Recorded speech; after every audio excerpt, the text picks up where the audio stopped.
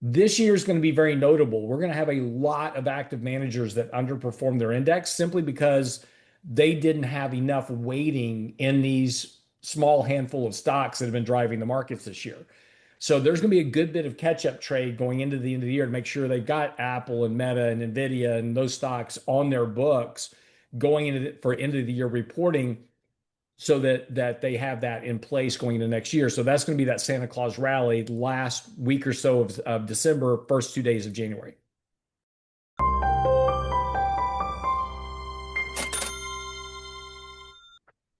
Welcome to Thoughtful Money. I'm Thoughtful Money founder and your host, Adam Taggart, welcoming you back at the end of another week for another weekly market recap featuring my good friend, the comeback kid, portfolio manager Lance Roberts. Why am I the comeback kid? Kind of several different reasons here. One, obviously, you were a fighter in your youth, and I'm sure that when you were down with Yeah. your grit and your determination, you'd fight your way back, just like the market has been doing, actually, from the swoon from last week Yeah. or the week before. As from what you tell me, your wife's treatments are going well, so she's fighting the good fight here. Right. And we might talk about this near the end, but I'm finally back to making some progress in the gym, and that feels good too. So Nice. Awesome. Congratulations. thank you. Lot of comeback themes here. We should let folks know first off, though, that we are recording this on Thursday. We're not recording on a Friday like we normally do. And that's because this is one of the weeks where your wife goes and gets her chemo treatments. And usually we have Mike Leibowitz step in your absence, but he can't this week. So we just have to do it a day early. You just got to suffer through another week with me. So Well, folks, don't worry. You're almost at the holidays. You almost might get a break. So yeah, exactly. Strap in. No, actually, Mike Leibowitz is in Houston this week. So Are you seeing him, or is he there for something else? oh no, he's here for us. And tonight we have a kind of an event for some of our investors and things. So he's here for that. So we're having dinner tonight. And but no, he's going to be traveling back by air tomorrow. So normally when you're recording, he's going to be in a flight back. So that's why he couldn't do it tomorrow. Okay. Well, hey, speaking of events, I know we mentioned this briefly last week, but for those that didn't hear it, the RIA annual conference is going to be next month, right? January 17th, I think, if I get the date right. That is correct. January 17th. We've got a whole lineup of speakers. Of course, you'll be there along with myself and Michael Leibowitz. We also have a gentleman from BlackRock coming in, Brian Dunlap, that's going to talk about artificial intelligence, the future, where, kind of BlackRock sees the future of artificial intelligence. Of course, they're right in the middle of it all with, all the funding and things that are going on. They're big players in the private equity space. I got a lot of questions for him, so I'm really looking Yeah. forward to that one. Some probing, but also just I'm looking forward to too. Exactly. And then we also have a very interesting young, of course, everybody's kids to me these days. I know. Just everybody's so young, but very interesting young gentleman, Daniel Kang, who's the Chief Strategy Officer for DeFi Development Corp. And they are a stablecoin issuer. And they're doing a lot of work with Solana. They're going to be here talking about Bitcoin, cryptocurrency, stable coins, all that type of thing. So, and then we have Ed Slott, who's America's financial planner. He'll be here talking about Social Security, Medicare, financial planning. It's going to be a really good conference this year, so I'm really excited about it. Should be great. And is there, so that's the 17th, I think it's a Saturday. Is there something the night before, like a mixer for VIPs? Am I remembering that correctly too? Exactly. Yeah, we've got 2 tickets that are for sale right now. And actually we've got, the sales are going really well. We're going to sell out pretty quickly this year. So if you're interested in coming, be sure and get by the website, realinvestmentadvice.com. There's a banner right at the top of the page and here, I'll just show you real quick. There's a banner right at the top of the page that says 2026 RA Economic Summit. Register now. If you click that takes you to this page, which is basically a link over to Eventbrite. And you can buy your tickets. And there's a ticket for the actual conference. And then there's a ticket for the night before where we're having a mixer. And that's a limited set of tickets we've got. But that you'll be there, I'll be there, Mike will be there, all the speakers will be there. So you'll be able to kind of just mix, mingle, ask questions and just kind of have conversations with all the different speakers will be there. So that'll be a lot of fun. We do have a block of rooms set aside for people traveling in from out of town. So if you are interested in coming, go buy your ticket and then send me an email and say I'm interested in a room, and I'll get you connected with Michelle Ratliff in my office who can get you taken care of. All right, great. And this looks like it's the Royal Sonesta. That's where we did Yeah, this last time, right? that's where we were last time, correct? Okay, great. So we got Ed Slott there. You said he was America's financial advisor.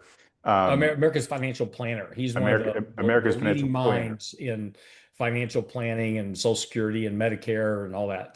All right. He's basically Richard Ross's idol. So Oh, really? Okay. So I was going to say we have America's financial planner, and then we have America's portfolio manager with you there. So exactly. So it's a it's going to be a meeting of lot of fun. We're it's a really meeting of excited. titans. Okay, great. Well, folks, hope to see you there. All right. Well, let's get to the markets here, Lance. Yes, sir. So, continuing our comeback kid theme, folks were beginning to wonder if, a knockout blow had been dealt to the markets because we had that failed rally initially with Nvidia after they gave their blowout reports, and there was some questioning of, hey, could this be it? Could this be the top in real time here? Was that just the popping of the AI bubble?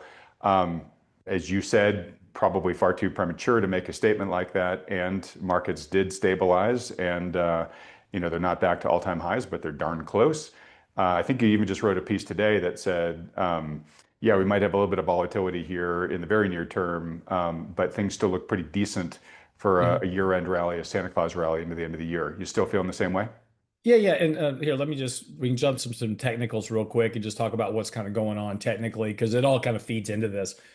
So first of all, it's always interesting to me, Adam, that whenever the market has a little bit of a pullback, everybody immediately, and again, this is human nature, right? If like it's like the old Rorschach's test where you get an ink blot and then they say, what does this look like? And everybody comes up with what it looks like because that's the human brain, the way it works. If there's a lot of randomness that's going on in anything, the brain tries to organize it.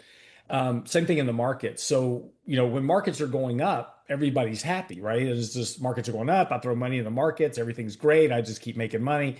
But when you start having a bit of a correction, immediately we have to, as humans, start to rationalize why this is occurring.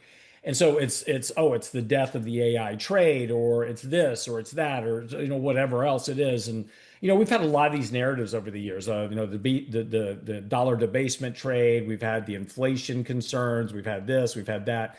And markets have just kind of worked through all of this. Regardless of all of the narratives, the markets have continued to kind of progress forward. And so, it's important to keep things. And my point about this is that as investors, we need to step back and put the narratives aside and just look at what's actually going on in the markets. And when you look at the market, we had an exceptionally strong run in the markets from the April lows. So markets have gotten very overbought. You had a very big advance from those April lows. We were up like 35% from the lows. So just very, very strong. So a bit of a correction or consolidation would not be surprising at all. And we started that consolidation process actually back in October, mid-October. We had that day, that Friday, where the market was down 2.7%. And that was really kind of the beginning of this consolidation period we're in. Yeah, markets went to all-time highs right after that. Then we corrected back down, retested that low, and then we rallied back up close, but now back to all-time highs. So really the market hasn't gone anywhere over the last month or so. But what we did do was we worked off a lot of that overbought condition. We reverted markets back towards their means. So we got back to the 50 and 100-day moving average, which happens on a normal basis. And then we've rallied nicely off that. So, this is all playing out closely to seasonal tendencies. The seasonal tendency for any given year is typically some weakness at the beginning of November, a rally at the end of November, because that's basically when professional traders go away. It's a Thanksgiving holiday, inmates are in the asylum, so markets tend to trade better. First 2 weeks of December, so you had this rally, right? We had the rally that normally happens at the end of November. Now, the first 2 weeks of December, you typically get some sloppiness. And I think we talked about this last week, you have mutual funds making their annual distributions of capital gains, interest, and dividends. So you're going to get a little bit of selling pressure for the next week or so. And a lot of those distributions are going to occur next week. So when that occurs, this market's likely to pull back. We probably get a pullback maybe to the 50-day moving average, maybe a little bit below it. Maybe we retest the 100-day moving average again, certainly possible. But then that will set you up for the year-end rally because now the portfolio managers need to make sure they've got all the right stocks on their books for the end of the year in the right weighting. So there's a lot of professional managers this year. Every year we have these reports that say, 80% of active managers underperformed their index last year. This year is going to be very notable. We're going to have a lot of active managers that underperform their index simply because they didn't have enough weighting in these small handful of stocks that have been driving the markets this year. So there's going to be a good bit of catch-up trade going into the end of the year to make sure they've got Apple and Meta and Nvidia and those stocks on their books going into for end of the year reporting so that they have that in place going into next year. So that's going to be that Santa Claus rally last week or so of December, first 2 days of January. Okay, so that's still your default. Well, that's just no, that's just statisticals, right? That's just Yeah. statistical. And if you go back and look at every year, that's how markets average on kind of average on a basis. Now, a couple of things about that. Does that mean that every year, every December is positive? No, absolutely not. But one thing that happens very rarely, and it's a very rare occurrence, is to have two negative Decembers in a row. And last year was a negative December. So we could have a negative December this year, but that would be a very rare occurrence if that occurs, statistically speaking. Yep. So my outlook for this year is really nothing more than really just a combination of three things. One, earnings were very, very good for the third quarter. Outlooks were good. Outlooks raised guidance across the board. So the corporate earnings outlook right now for stocks is very good. Secondly, corporate buybacks are running at about $5 to $6 billion a day. That's buying pressure. You got retail investors that have stepped in to buy the dip recently. We haven't broken that retail kind of buy the dip analysis or mentality at this point. And then, like I said, the other big driver is going to be positioning for a year end. So there's some, and actually, this is funny you asked the question because this weekend's newsletter is basically the bull case, bear case going into 2026. And so there's going to be some things that occur next year that I think are going to be important. But I think the setup right now, statistically speaking, is in the favor of being more bullish than bearish. Okay, sorry. That's interesting. So real quick, I think your default assumption or your default positioning is that this is more likely than not going to be a regular type of December because you're not seeing anything that is saying, I think it's going to be negative and therefore we're positioning for that. I think Right. you're not, right? Right. And I was just about to get to that question, but you beat me to it. So I believe from our most recent series of conversations, Lance, you've said, hey, I'm actually pretty concerned about 2026. But it sounds like having just written this latest article, maybe you're not quite as concerned as you were. Is that what I'm hearing? No. I am concerned about 2026, and let me rephrase that. Okay. Because I don't want people to go. Lance thinks the market's going to crash next year. No, I'm not saying that at all. No, I know. And just so you know, I'm about to connect what you say to what Jim Carson just said on this program. So Okay. say your thing, Yeah. and then I'll So connect it. I think so. And let's rewind the tape. January 2025. I said expect a year of higher volatility and lower returns. Well, we definitely had higher volatility this year.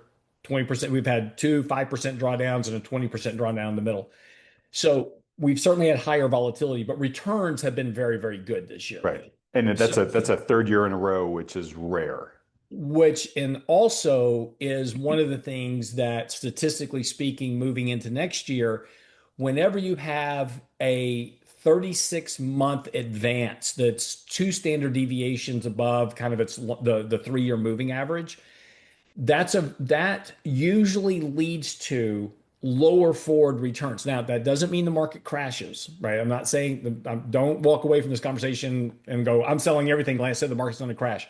No, but I would, and again, kind of a lot of things are lining up now in terms of if you look at like some of the recent employment data, ADP report this last week was negative. I think we're going to see slower employment growth as we go into next year.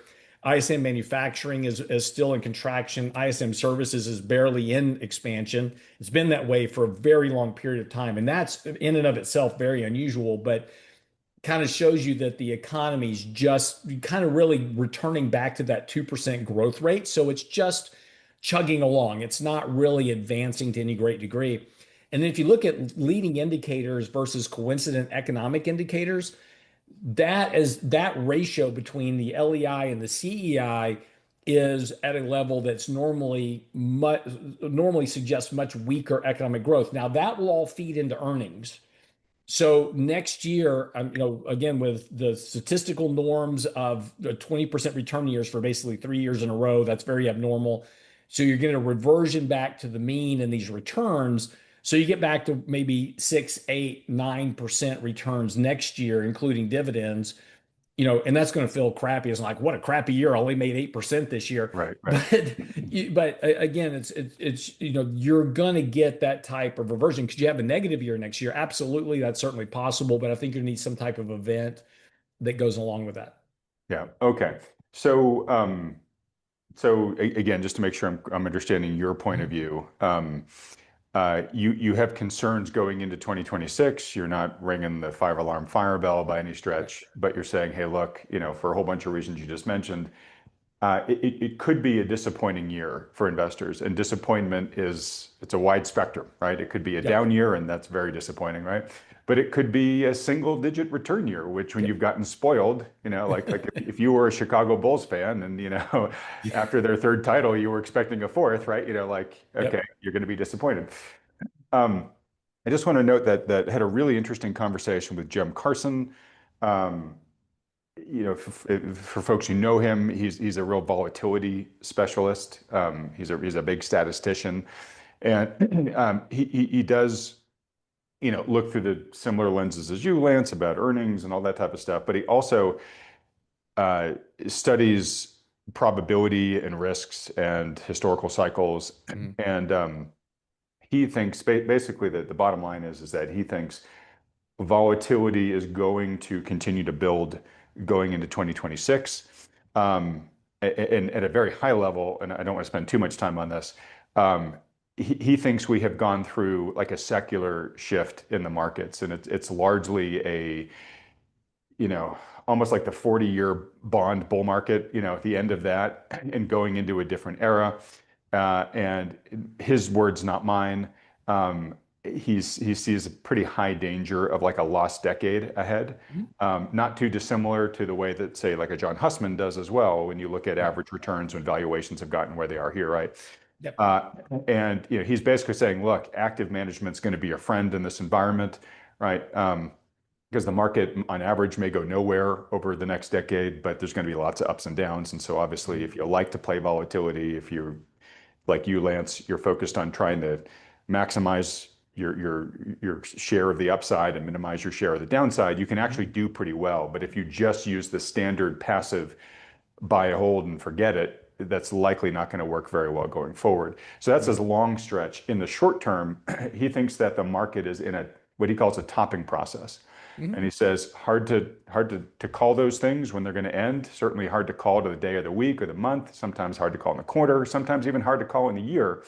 But he believes that the market is in a topping process right now. And kind of the biggest question in his mind that he doesn't know, but he's looking on how to play either sides is, does this end in a blow off top, like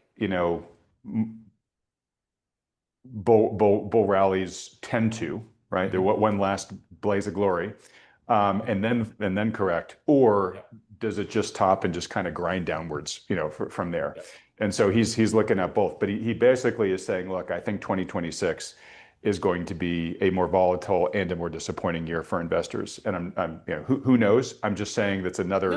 it's another outlook that's not dissimilar from yours, and he's Yeah. bringing in some similar data, but also some different Yeah. approaches as well. But no, no, valuations, the problem with valuations is always the timing issue Right. of them, right? Valuations are great for telling you what forward returns are going to be over the next 10 to 20 years. And right now, where valuations are, those returns are going to be low single digits after inflation, right? 1, 2% type things. That's what normally you would expect. That doesn't mean every year is going to be 1 or 2%. It's going to mean you're going to have a 20% down year somewhere along the way, 20% up year, another 10% down year, that type of thing. And you kind of wind up towards 1 or 2% at the end of a decade. but that's what valuations tell us. And I agree with Jim is that, the problem going to next year is that valuations in the short term are simply just sentiment. And in the short term, valuations are high because everybody's willing to overpay for stuff. But that eventually has a negative outcome. That's the voting machine. It's not Yeah, that's the the voting voting machine. machine right now, not a weighing machine. Yeah. Exactly. So no, I absolutely agree with him. And I've written some articles recently talking about the importance of valuations. I think about an article coming out next Friday, actually, on valuations and forward returns. And they're very important to consider. But where investors go wrong, and is that they hear a conversation like this and they go, "Oh, valuations are high, so I'm getting out of the Right. So market." they run to safety too much. Yeah, Yeah. yeah. And it's a terrible timing. So valuations are the worst kind of technical indicator. You Indicator. never use them for that. But they are important to pay attention to. And again, when you overpay for something, whether it's a stock or anything else, you're going to wind up with lower returns in the future. Just like if you overpay for a house, when you go to sell it later, you're not going to get as much for it. Right, right. So let me pull way back here for a second. Well, before I do, two things. Uh, Going forward into this new era from Jem's perspective, he says, look, risk management is going to become even more Mhm. important, and I'm underscoring that because I believe you feel the Yep, same, Lance. Okay. absolutely. So, all right, zooming way out for a second, just based on what you said about valuations, right? Um, we don't know what's going to happen in the near term. Anybody's game, timing's hard to tell, but we can have a lot of confidence in the longer term, say next 10 years, that returns will be disappointing relative to how they've been for the past decade or two, Yep, right? yep. All right, so we got a lot of people who are watching this video right now who are retired or close to retirement age, right? Mhm. Um, to me, that's a really key switch to flip in their minds if it hasn't switched yet. I'm guessing most of my viewers, the switch has already flipped. But it's like, look, if you are depending upon your investments to bring you a return, you know, now that you're stopping working or now that you're no longer working, you got to say, okay, what am I going to do? What's my strategy if the next 10 plus years are likely to deliver disappointing returns, right? And I may be just making a case for you and your business, Lance, but I mean, to me, that says you really got to think about being more active than using the passive playbook, Yeah. which admittedly has worked great the past 20 years. With a couple of brief punctuated, brief downturns, the passive investing, set it, forget it, buy the dip has worked great. But if you use that playbook going forward from here, you very well may be sort of sleepwalking into disappointment, maybe even danger. Um, Yep. so just at a high level, what's your reaction to that? Because I do think, I mean, again, my viewers kind of already get this stuff, but I think the vast majority of people who are at retirement age and looking forward to living off Mhm. their investments going forward, who are not thinking this way, are really at risk of getting seriously compromised. Yeah. And so I'm showing you a chart right now. This article is a little bit dated. I wrote this article October of last year, 2024. So it's a little bit dated, but the data is still all correct. And and when you start talking about, again, what you're talking about is that, and the data is very clear going back historically to 1900, that again, high valuations lead to lower forward returns. And this is the important thing though to understand. This chart right here, I think, is the most important thing that everybody needs to pay attention to. So if you look at this, is looking at the average annual total real return. So this is after inflation, including dividends in the markets over different periods of time. So from 1928 to 1923, now again, this data ends in 2023 because this was written in October of 24. Okay, so just there's 1 year's of data that's in. It doesn't change the percentages much, but so with that in mind. But the average rate of return from 1928 to 2023 was 8.45%. That includes dividends, that's after inflation. The economy grew at 6%. The average dividend yield was 4%. And basically, your inflation rate was running at 2%. So, you do the math, growth 6%, 4% on dividends. That's the 10% you always hear from people, right? Market returns 10% a year. That's 6% growth and 4% dividends. Dividends. Subtract that Yep. inflation, 2%, you get 8% ish, right? So that's what you would expect out of a normal market. And that data holds true from 1928 to 1999, 1973 to 2023. No matter how you slice and dice that pie, it all runs right around that 8%-ish goal. And that's what markets should return over time in an environment where the economic growth rate is 6%. You have dividends of roughly 4% and inflation running at 2. We don't have that anymore. We haven't had that since the turn of the century. Economies and since the financial crisis, we're growing at 2%. Dividend yields are 2%. Inflation is 2%. So technically, you're talking about 4% rates of return is what you should be getting. But no, we've been getting 50% more in returns since the financial crisis. We've been generating 12% annualized rates of return instead of 8. And that's because of zero interest rate policies, monetary accommodations, quantitative easing, HAMP, HARP, TARP, every type of bailout you can imagine after the financial crisis, the bailouts, the from following the pandemic. We've completely morphed the markets into generating rates of return that are higher and exceptionally, and again, mind you, exceptionally higher than what the actual economy is generating. And so the return to normality, this is the thing that most people need to be aware of going forward. If you're, and I'm seeing a lot, I'm getting a lot of people coming into my office and they're saying, oh yeah, yeah, we're, if we can just generate 12% rates of return in retirement, we're good. But that's what they're used to over the last 10 years. And you Yeah. listen to the media.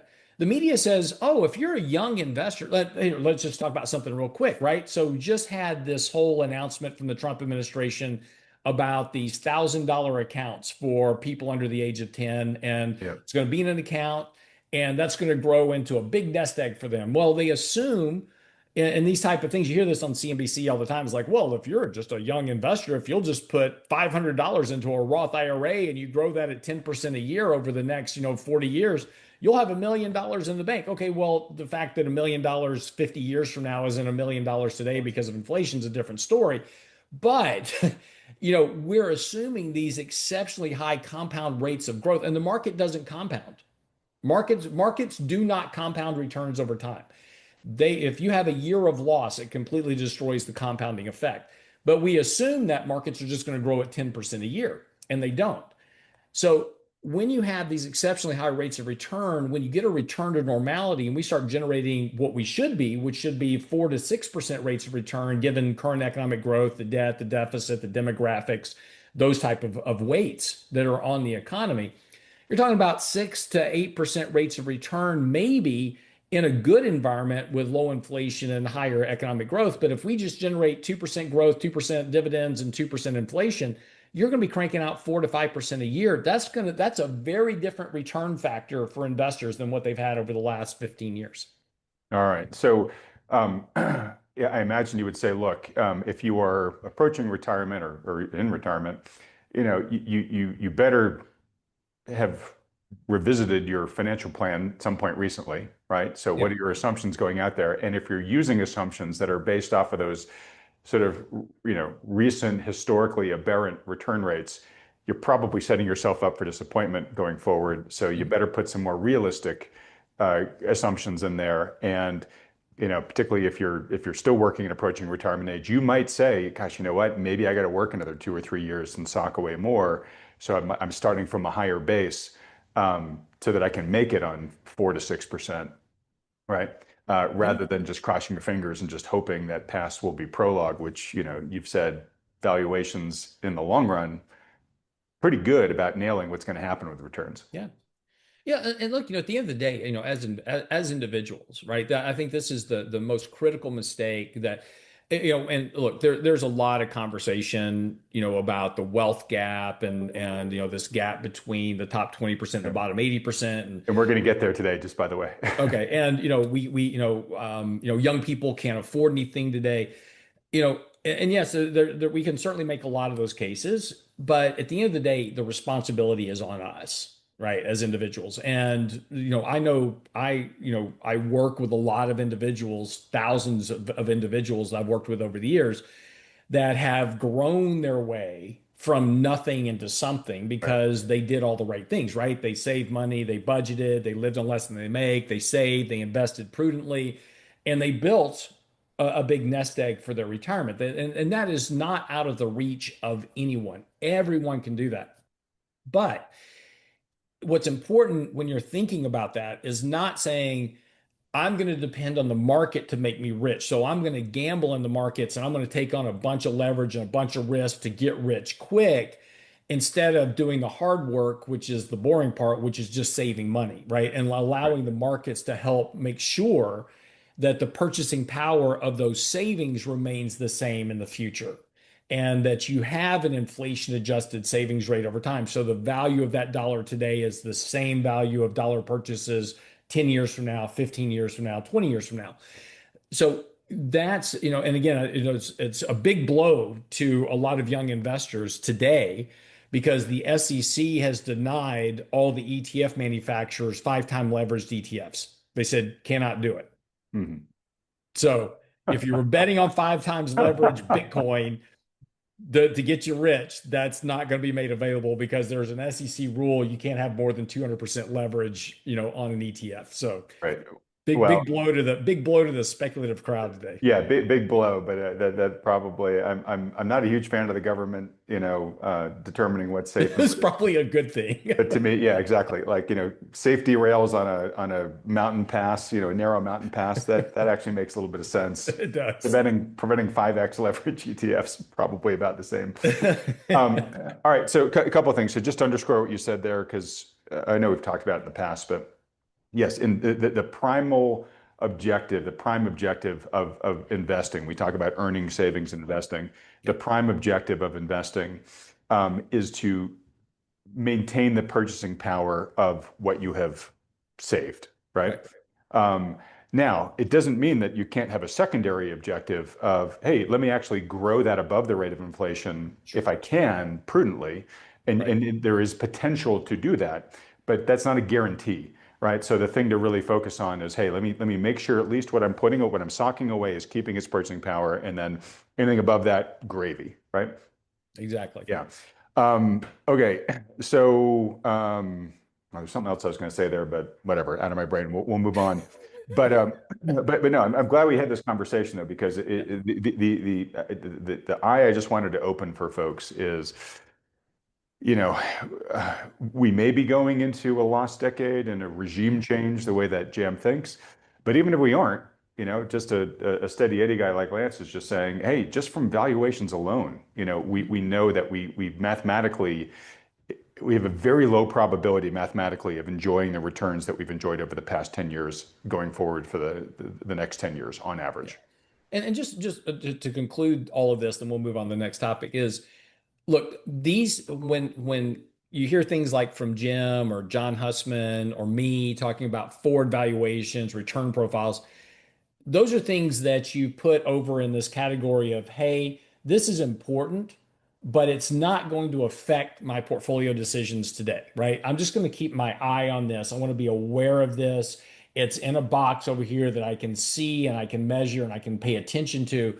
But don't take that and then go adjust your portfolio investment strategy today because over the course of the next 3 months, 6 months, 9 months, 10 months, 12 months, the markets can do things that make no logical sense whatsoever. They can, and again, like Jim said, we could have a blow off top, we could have a smooth kind of Uh, rounding topping process. but we could still have a lost decade, but the Sure. next 4 years could be blockbuster years, right? Absolutely. Yeah. And so the goal, my only point is it's important to be aware of these things, but we can only manage our portfolios for the next month, the next 2 months, the next 3 months. That's basically our visibility of the markets.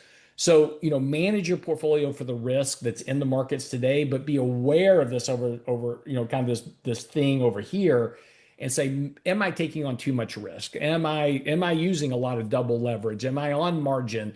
Maybe I should reduce some of that a little bit just because I'm really kind of extended over my skis.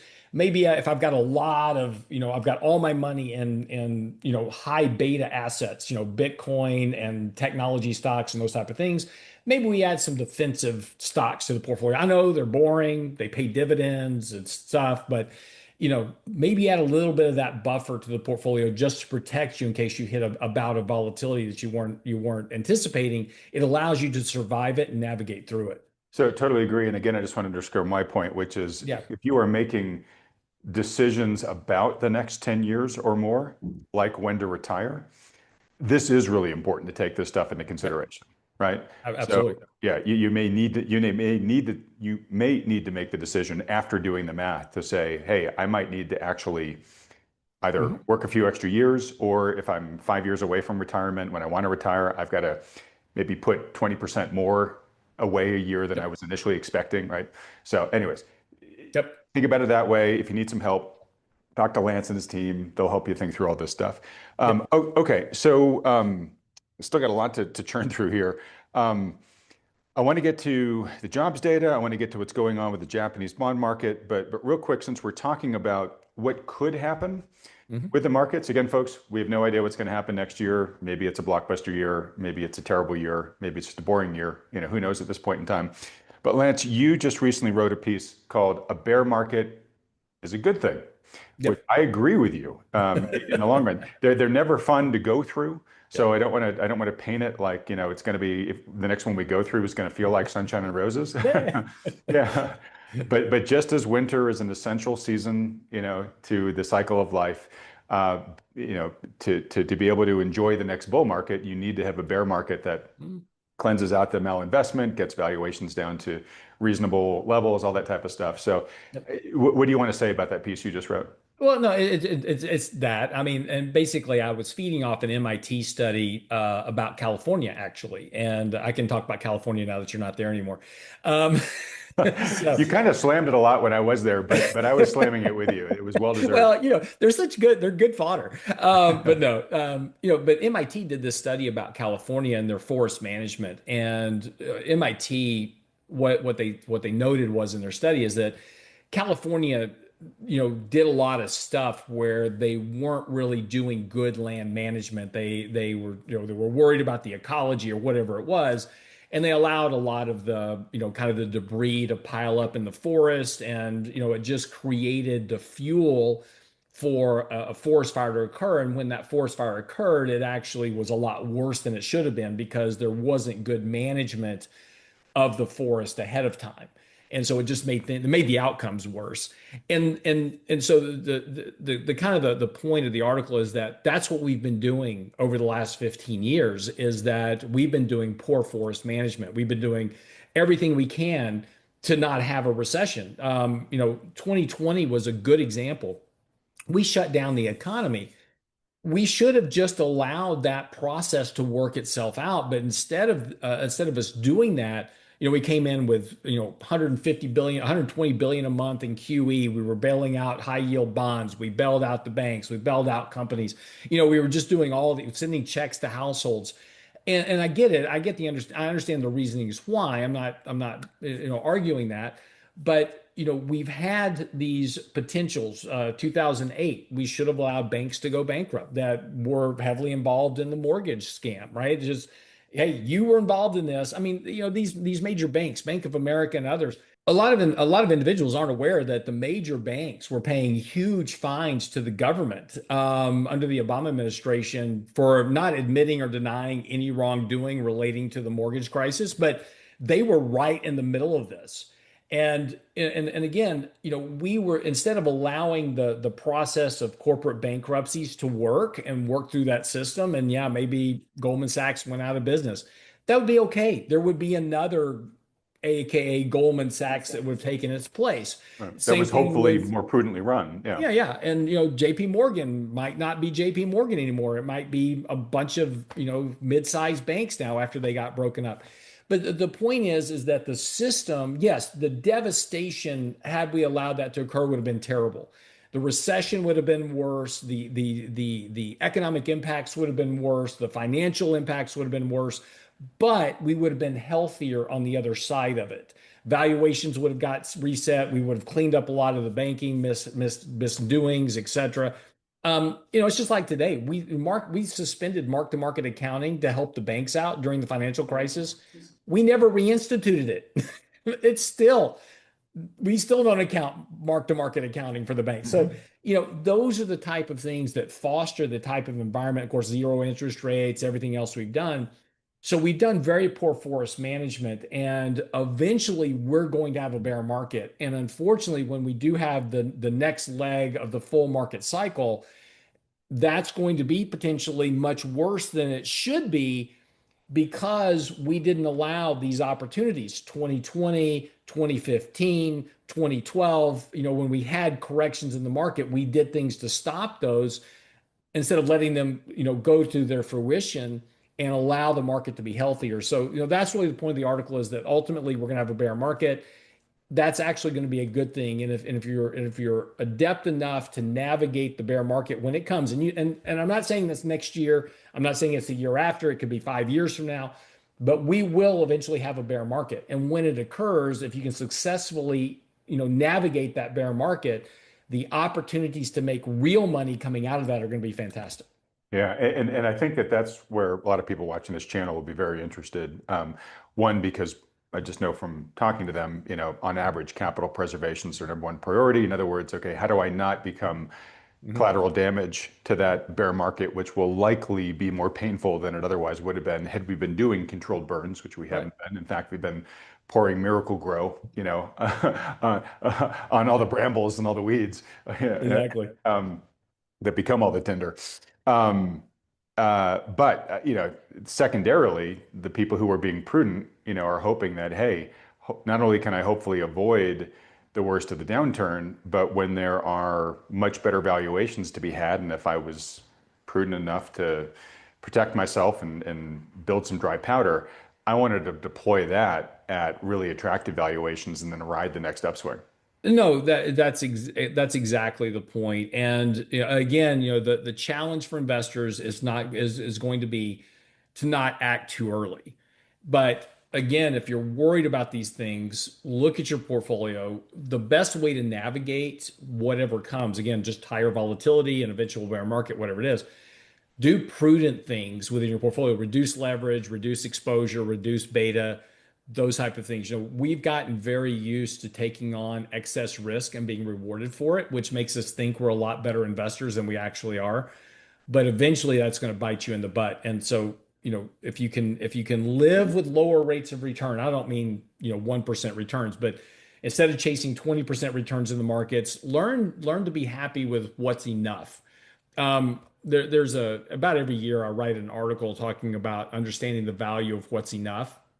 And it's like saying, Adam, you've done a great job this year. I'm going to give you a Mercedes. And so you're very happy. You just got a brand new Mercedes. But then you found out that I gave Brent in my office two Mercedes. So now you're upset because you only got one Mercedes. He got two, but isn't one Mercedes enough? I mean, can't you be happy with just a brand new Mercedes in your driveway? But this is the problem with the markets, is that we're always wanting what our neighbors have, what everybody else is saying they have. And a lot of it's crap. I mean, the stuff you see on social media, it's like, here I am with my private jet. Yeah, they rented that last hour, for them to take the photo op in front of the jet. That's not their jet. But we all want to portray that we're making all this money and it's all great, it's all fine, and maybe you are, that's fantastic. But it's also important to learn with, instead of chasing 20% return years, be happy with 10, be happy with 8, because it's well above the rate of return you need to grow your money into retirement. And you can do that with a lot less risk, because chasing those 20% returns are going to lead into really big losses at some point in the future. And that's where the real damage occurs. Right, right. And we've talked about this, but Yeah. again, it's worth reiterating, which is, again, this is why financial planning is so important, is because what you want to find out through the financial planning process is how much you need, right? Mhm. You define what enough is for you, and you find out, okay, well, here's my starting point. This is what enough looks like to me. This is the time horizon I have, and this is my earning potential, and this is what I think the market will do, and all that stuff, right? Yep. And then you determine, well, okay, so what return do you need to get to enough? And for a lot of people, it's less than the average market return. Yeah. So you can get to enough by taking less risk. And as you've talked about the math in previous videos, for every like 1% additional gain that you're trying to shoot for, Mhm. the risk goes up dramatically. Exponentially. Yeah. Yeah. And to your point, it's like, why? Are you doing it because you need it to get to enough, or just because you see your neighbor driving a fancier car or going on a vacation that you're not? And to your point, a lot of that might be debt financed, right? Their car might Yeah. be a week away from getting repo. Like, a lot of it's fake anyways, right? So Yeah. the key thing is to know what enough is, come up with the most risk-adjusted plan to get there, and then just sleep at night and enjoy your life along the way. And in the Yeah. conversation with Jam, he talked about the same concept. And he talked about things like, like he said, one of the best things you can do is diversification, which is kind of like a no duh, right? But he's like, most people don't really understand. Like, diversification means exposure to non-correlated assets. Right. So people will be like, well, look, I'm diversified. I've got this sector of stocks. I've got that sector of stocks. Yeah, okay, but they're all equities, right? Yeah. So, he one of his things is finding these asset classes that truly have, no statistical correlation, or close to no. But he also talks about, things like, it's like, you don't have to agree with this, but he says, I think having some exposure to long volatility in your Mhm. portfolio is good, 5%, right? And he says, like, it's not going to make you money most of the time. It's there more of like a circuit breaker. But the analogy he made was really good, where he said, breaks can actually help you win the race, Yeah. right? So, like, when you put something in a portfolio that slows it down 90% of the time, people are like, wait, why are we doing that? Right? Like, Yep. I want stuff that's going to have high return, right? And he's like, Yep. it's just like a race car. Like, you can't drive a race car successfully around a track in a race with no brakes. You'll crash, right? Mhm. So if you have something that you can use to slow down on the hairpin turns so you can then speed up coming out of the turns, you're actually going to win that race successful, right? You need the brakes to win the race. And so, these are things that, again, I think they sound kind of counterintuitive at first to the average, novice investor, but they're just super important, tried and true ways Yeah. of successful portfolio management. Yeah. And look, I agree with that. The problem for the average, so it's not a problem for Jim because he has the expertise and the tools to buy VIX options on a regular basis, monitor those, know what he's doing with it. For the average retail investor, there's not a good tool. Retail investors can buy VIX options. You have that capability, but things like the VIX ETF is a terrible proxy for trading volatility, and you have to buy it the day before volatility spikes. You have to sell it the day it spikes, so otherwise you just won't make money with it because the There's underlying drift and options fall off. decay and all There's that stuff. Yeah. there's a bunch of stuff but there's not really a good tool to buy volatility. But your point is absolutely right, which is most of the time when you buy VIX options, they're going to expire worthless because the markets are going up. And so for most investors, they go, I just keep throwing money away every week. I just keep throwing money away in these VIX options. I'm not going to do that. But it's the same thing as maintaining a stop value on your portfolio. It's the same thing as doing a lot of other things, and people abandon those as well because it's like why would I buy insurance when the markets just go up every day? Because one day the market's not going to go up and you're going to be grateful you had that insurance. But we just train investors, through the media, through everything else, is just buy an index and it goes up over time. Don't worry about the little volatility swings. And the little volatility swings are fine. Look, we just had a 5% correction, absolutely normal, shouldn't have even bothered you. But it had been so long since we had that 20% correction in April, everybody forgot about that correction. So 5% all of a sudden was like, oh my gosh, this is terrible. The markets are falling apart. And it was just a normal little 5% pullback. That's the price of admission to invest in markets. You shouldn't even if your market drawdown is 3 to 5%, that shouldn't even phase you. You should be just fine with that. You should welcome it. You should be buying into that. When you start breaking trends, breaking support, kind of like we did back in April, that's when it becomes much more important to pay attention to what's going on with your money.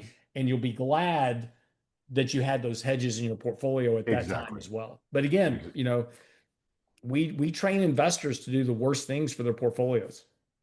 Right. And by we, you mean society, not RAA. Yeah, RAA. yeah, yeah, You're yeah. doing it We right. being the ubiquitous media, right? Yeah. CNBC, Bloomberg, whatever. They're Yeah. terrible. You should All turn right. those off and never listen to those if you want to manage your money better. Totally agree. And I could keep you going down this path, but I want to talk about some of the things that broke this week. So the day we're talking, we got uh, latest jobless claims data, and it was interesting. It was really quite mixed. The initial claims number went down. I think the previous week we're at 218,000. They're down to 191,000. That's the lowest reading since September of 2022. Yep. So for whatever reason, probably hiring for, things get holiday sales, that type of stuff. Yep. But so people are looking at it saying, oh, okay, it looks pretty good, right? But employers announced over 70,000 layoffs last month. These cuts were up 24% from the nearly 58,000 planned layoffs that were announced in November. So we've only had job cuts in November above 70,000 twice since 2008. That was in 2022 and in 2008 itself. Mhm. So not very fun years, right? No. So I kind of look at this and say, okay, we got a positive snapshot of a number that looked pretty good. We still have lots of questions about how good this BLS data is anyways, right? Yeah. But if we look at the layoff numbers, we're starting to see more and more of a drumbeat that employers are starting to shed some of those jobs that they were hoarding. Yeah, and And I think that's this chart I just put up for you as well. up This here. is the U.S. pace of U.S. layoffs, which are 153,074 job cuts in October, which tripled 2024. So, you know, I, you know, I have no evidence of this whatsoever, but I think there's something broken with the jobless claims data following the pandemic, and I just don't think those things ever normalized Hmm. back to where they should be. So I'm not, and again. I'm not saying it's government manipulation or anything like that. I think we've got a lot of problems with some of the economic data we get.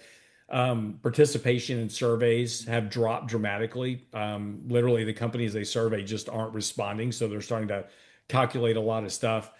Um, I can't put my finger on what's going on with the data. And again, I don't really have any supportive claims saying, oh, here's the problem. But it's just that the jobless claims data really doesn't jive with what we're seeing a lot of the real time kind of employment data from Paychecks, from the Small Business Federation, from the ADP reports. We should be seeing higher rates of jobless claims than we are right now. So again, I don't put a lot of I don't trade portfolios based on jobless claim data. That data has very little impact on the market itself, but it is, notable. It tells us a little bit about the economic strength. But again, I don't think that's giving us a good read like we're getting from other data. All right. Well, we'll keep tracking this going forward. But as you say, Lance, um, the thing that just matters the most to where the markets are going to go are where earnings go. And companies that are laying off people, I mean, you can make one argument that, okay, they're in a cost-cutting mode, and therefore profits should get better, earnings should get better. But obviously, you get layoffs beyond a certain scale. Consumers start really worrying for their jobs, either because they've lost their job or they saw their neighbor get fired. Right. And then that constrains consumer spending, which still is the main driver of our economy. And then, corporate profits go down because of those reduced spending. Right. Exactly. Yeah. Okay. All right. Well, we'll keep tracking that going on, but I want to put that in sort of a risk category for next year. Mhm. Yep. If we start seeing layoffs continue to build at this level, and if maybe the official jobs data starts coming into more alignment with what we're seeing elsewhere, that would be more negative. That Right. would be this would be something we should be looking at more closely. Okay, so another thing that's been going on that we really haven't talked about yet, Lance, has been what's been going on with Japanese bond yields, Mhm. which have basically exploded to their highest in forever. Um, so that should have killed the carry trade, has it? No, not really. Well, and so first of all, let's separate out a couple of things.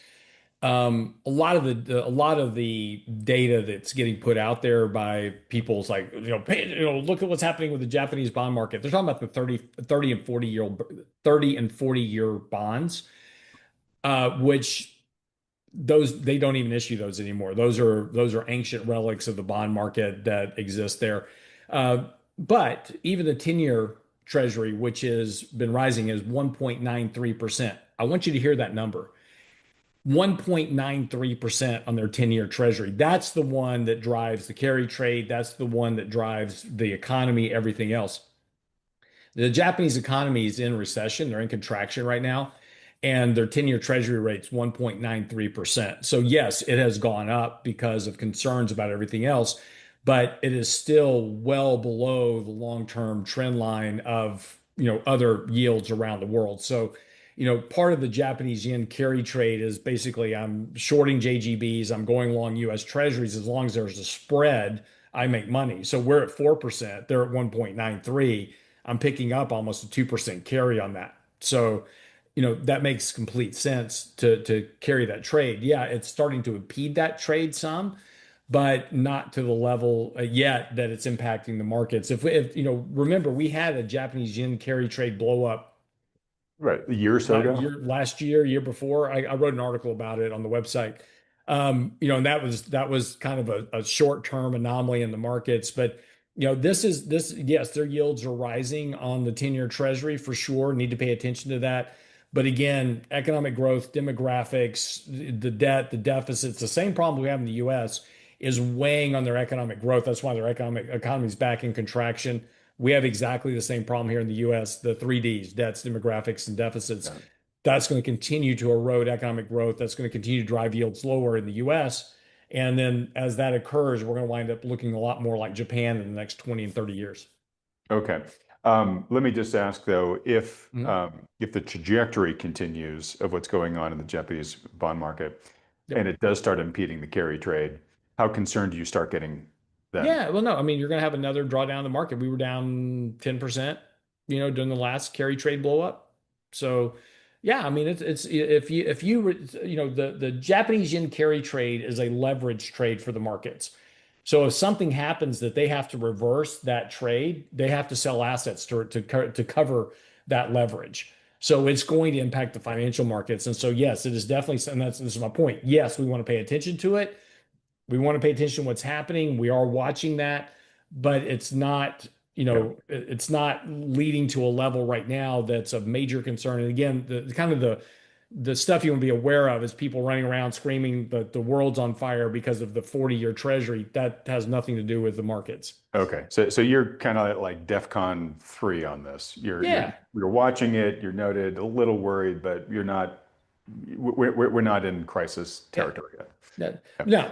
That could change tomorrow, mind you, Right. right? Well, it does. That's why I wanted to get this on Yeah. the board here because if it Yeah. gets worse, then we'll pick it up next week Yeah, or we'll pick it exactly. up whenever it Yeah, I does. know. So, if something happens with the Japanese yen carry trade, it will literally happen overnight. And so, I mean, literally tomorrow, this is Thursday, tomorrow on Friday, the Japanese yen carry trade could blow up. So, and we could be DEFCON 5 tomorrow. That's how it's going to happen. It'll happen. This won't be something that you build into. Same way as it happened last time. You're literally going to wake up overnight and everybody's going to be deleveraging overnight. And Okay. by the time you get to the market's going to be down 3%. Okay. And I don't think this would necessarily be a trigger, but it's something in this same part of the world. So, China has been trying to show signs of resilience. And there certainly have been, they've been stimulating, and there's definitely been some Mhm. data coming out of there that shows that they're making some progress. But we're all of a sudden starting to see some headlines again about the dire state of their real estate market. Yeah. And we just had another, I think folks remember the brand Evergrande, which was a big property manager and lender, I think, in China that basically defaulted on its loans and sort of sent shockwaves, not just through Chinese markets, but through world markets. There's another developer there, China Vanke, I think is how you pronounce it. It's one of the top three largest property developers. They just announced they're seeking to delay a 2 billion won bond repayment. And that has sent bond markets and in China tumbling, as well as share prices of their real estate companies again. So China is still, stuck in this vortex of this collapsing real estate bubble. Um, do you expect much from that, or do you think this will be isolated? No, no, I don't think it'll be isolated. Well, let's back that up. Do I think that that's going to turn into the next subprime crisis? Probably not. Probably not. Um, is it going to have if that implodes in China, is it going to have an impact on financial markets? Absolutely. It's going to be good for the dollar. It'll be good for U.S. Treasury bonds because there'll be capital flight into the U.S. When that occurs in China. So, look, China's got huge problems. They have the same problem that Japan does, same problem that we have. China and Japan are far more advanced than the U.S. on debts, demographics, and deficits. So, they're going to wind up. Their economic growth rate, because of their demographic problem, is going to continue to erode. And again, it's always funny with China. China comes out with these economic numbers. It's like end of the quarter, 15 days later, here's our economic number. They never adjusted. Yeah. It's just, you don't even have the data in, but yeah, here's the number. Yeah. And it's always good. But you actually dig in, and we were talking about this 10 years ago, right? They were building these ghost cities. They were building these replications of New York City and everything else in China. Nobody was living there. It was like, this is just a function of time until all this blows up. But everybody was saying, oh, this is amazing for China. They're gonna bring in all these farmers from the countryside into the cities, and it's gonna make everybody prosperous. No, that was never going to happen, and it didn't happen. And all these cities that they built are still empty, or they've done other things with them. But now that's starting to all that debt run expenditures are now starting to play catch up, which was inevitable. Yeah, yeah. Interesting that maybe this isn't surprising to folks, but the average age in China is older than the average age in the U.S. now. Yep. And someone can probably fact check me on this, but I think that they might be the fastest aging country, meaning how fast their average age is increasing. And it's because they've got such a hole in their demographic stack Yeah. from that one child policy that they Yep. pursued for so many years. Yeah, no, and look, we've got the same problem in the US. Our fertility rate is plummeting in the US.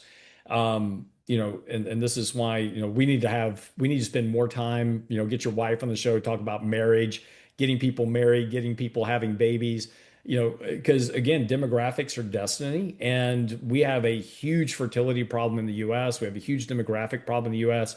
We've got this whole generation of baby boomers that are about to roll off. And when you have that kind of gap, and now that we've reduced immigration into the country, that's going to accelerate that demographic Right. problem, which is going to feed into economic growth and ultimately into earnings and the stock market and everything else. So, Yeah, we talked about this. I want to see if we can get Chris Hamilton to come back on the yeah, program. He's the guy with all the demographic charts and to really yep, talk about this. So you're absolutely right. Yeah, so this problem is not limited to the US. In fact, I think the entire West is basically stuck in this demographic trap as well. And it has all sorts of implications. And while it is a common problem where Americans, Lance, we care about our country, we got to figure out, I agree with you. We've really got to start to have a national discussion about, what are we going to do about this? And I think personal opinion, getting domestic births and that birth rate up, really important for us. As you and I have talked in the past, the whole Charlie Munger thing, it's all about incentives. I mean, I yep, think socially, we need to really take a hard look at the incentives that we're providing, which I think in so many cases are against family formation. And how hard it is for young families young people to be able to get married and to afford to start families and all that stuff. yep, I'm all for creating whatever it is, tax breaks, economic incentives, whatever, to try to make sure that we encourage the most important thing to the future of our society is to actually make more of us, yeah, right? Now, to your yeah, point, immigration is going to play a key role in that. And what's kind of interesting, I know that immigration is a super flash point topic, lots of emotions around it. I know that a lot of people do not like either this administration's policies or how this administration is going about mhm, them. But I think we are starting to have some of the conversations that we have long needed. And we've talked about this in the past, Lance, like, A, what do we want our immigration policy to be? But also, like, who do we need, right? Like, what are the skills? What's the mindset? What's the skills? What's the cultural compatibility that we want to bring into the country? And it really may change mhm, the mixture very dramatically going forward in terms of the type of people coming into this yeah, country, either where they're coming from or what their skill level is. yeah. And You know, that's going to there, be there, really interesting. Yeah, no, it is. Merit-based immigration is something that has been talked about for a long time, and we've kind of done everything but that. But again, if you're going to do immigration, you want to immigrate people that are going to contribute to your society. And, so, we want to immigrate. Look, our universities educate a tremendous amount of foreign individuals that come here, get great educations at Harvard and Yale and Stanford and everywhere else. Then they go back to their countries with those skill sets, which is fine. There's nothing wrong with that, by the way. But we need to keep that talent here. Right. We should want to import that talent. I And think Trump joked of like we should staple a green card to every diploma, at yeah, least it goes to an engineer that's educated in our country, right? well, but no, it's that's a good joke, but it's kind of true because the problem with immigration has always been, so I've immigrated several workers over my lifetime into the US, and the process of getting their green card, getting them here, getting them working, having to sponsor them It's and hard, provide laborious, costly. Yeah. it's very expensive. It takes 10 years to get them to where they want to be. We need to streamline that, right? If you want to come here and you've got your higher education, you're a doctor, a lawyer, whatever, but you've got a good, skill set that you're bringing over, electrician.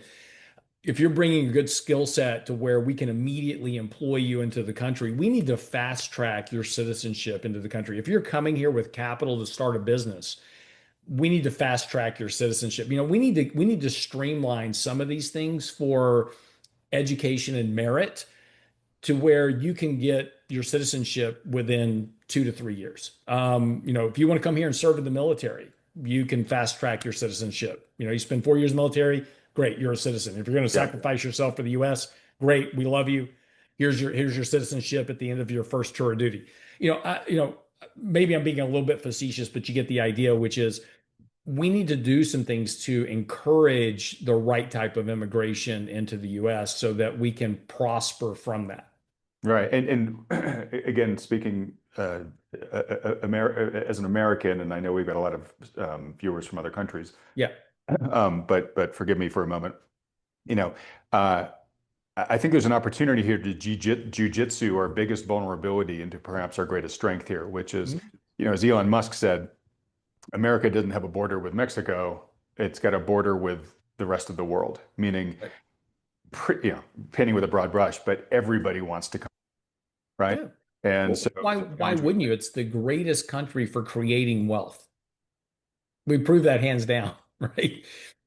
So yeah, I mean, look, I've traveled all over the world. I've lived all over the world, and I know you've traveled a lot, and it never ceases to amaze me. No matter where you go, people are like, yeah, I would love to be in the US. I want to go to New York. I want to go to Los Angeles. I want to go to, wherever. Nobody ever wants to come to Houston for some reason, but everybody wants to go to Florida, right?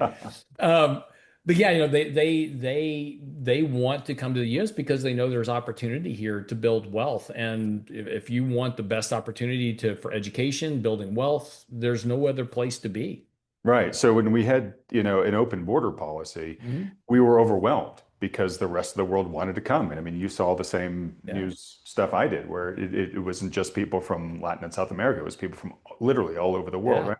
Yeah. So, what we should be able to do is, like I said, jujitsu that, right? And say, okay, once we've crafted what the new immigration policy is going to be and the incentives and who we want and all that stuff, and it's like, right, everybody, Mhm. limited spots per year, but we want X many a year. Yeah. Throw your hand in the ring, apply. Let's take the cream of the crop every year, right? So there's a real ability to do that. The question is are we going to?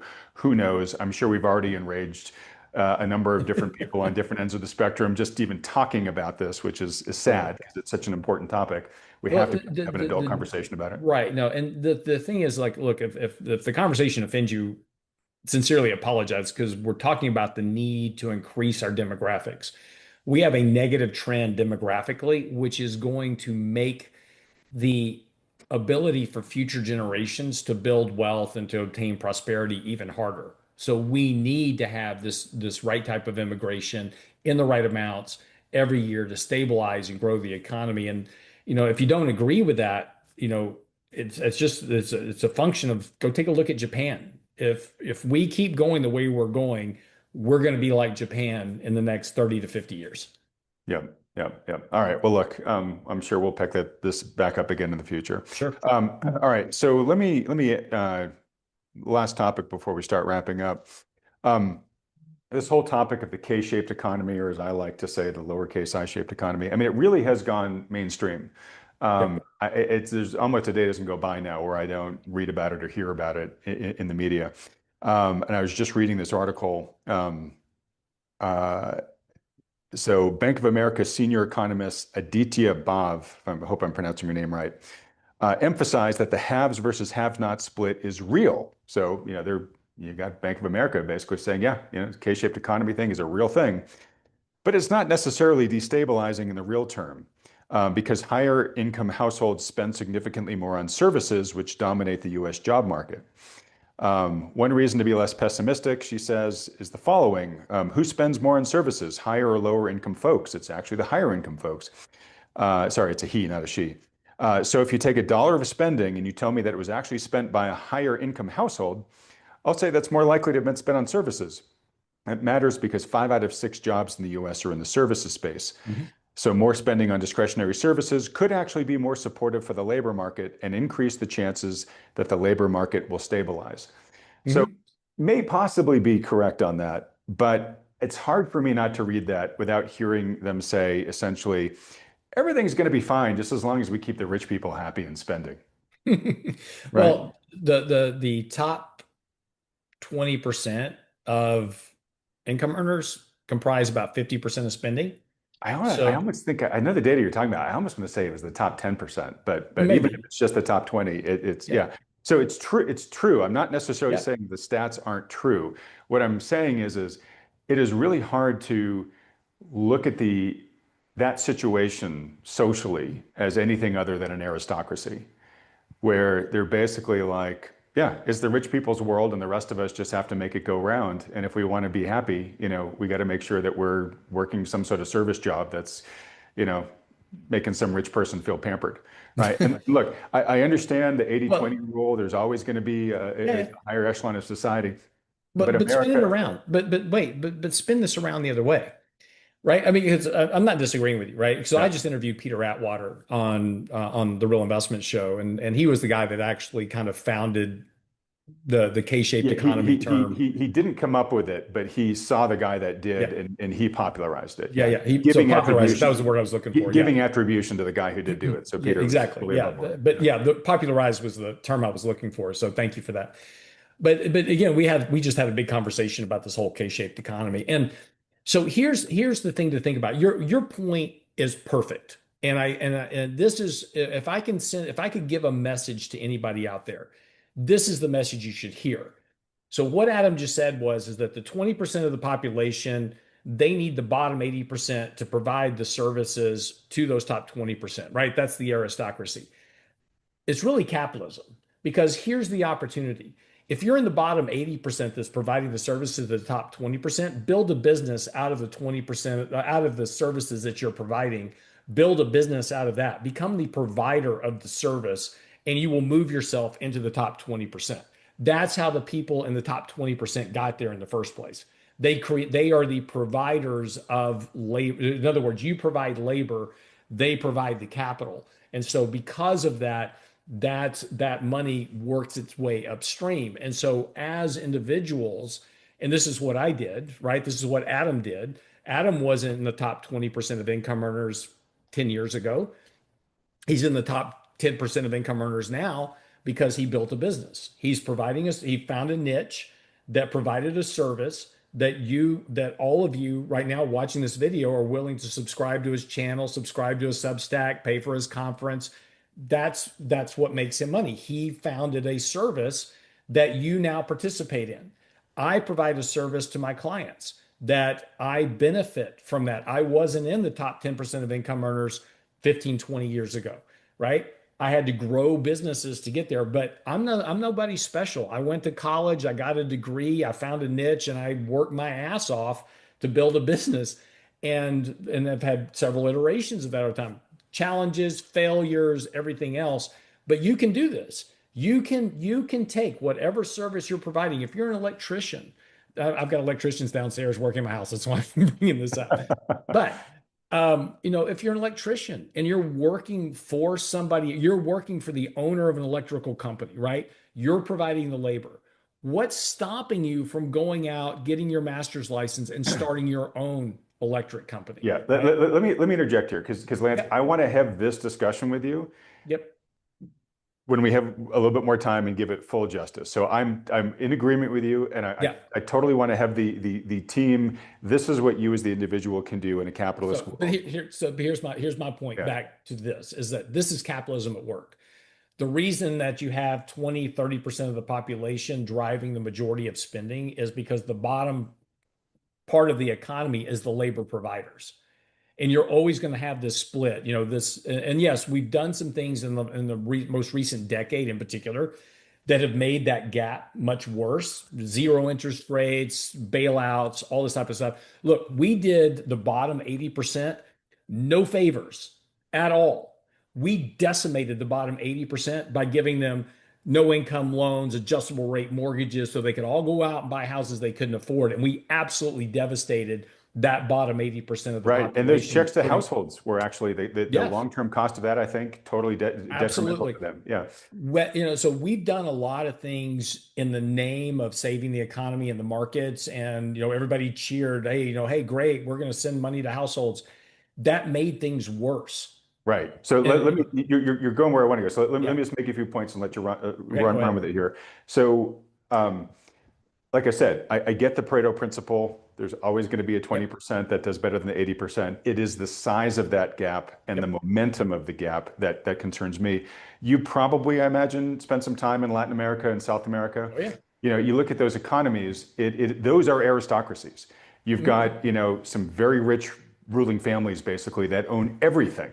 And then the 99% of that country just basically works for those people, right?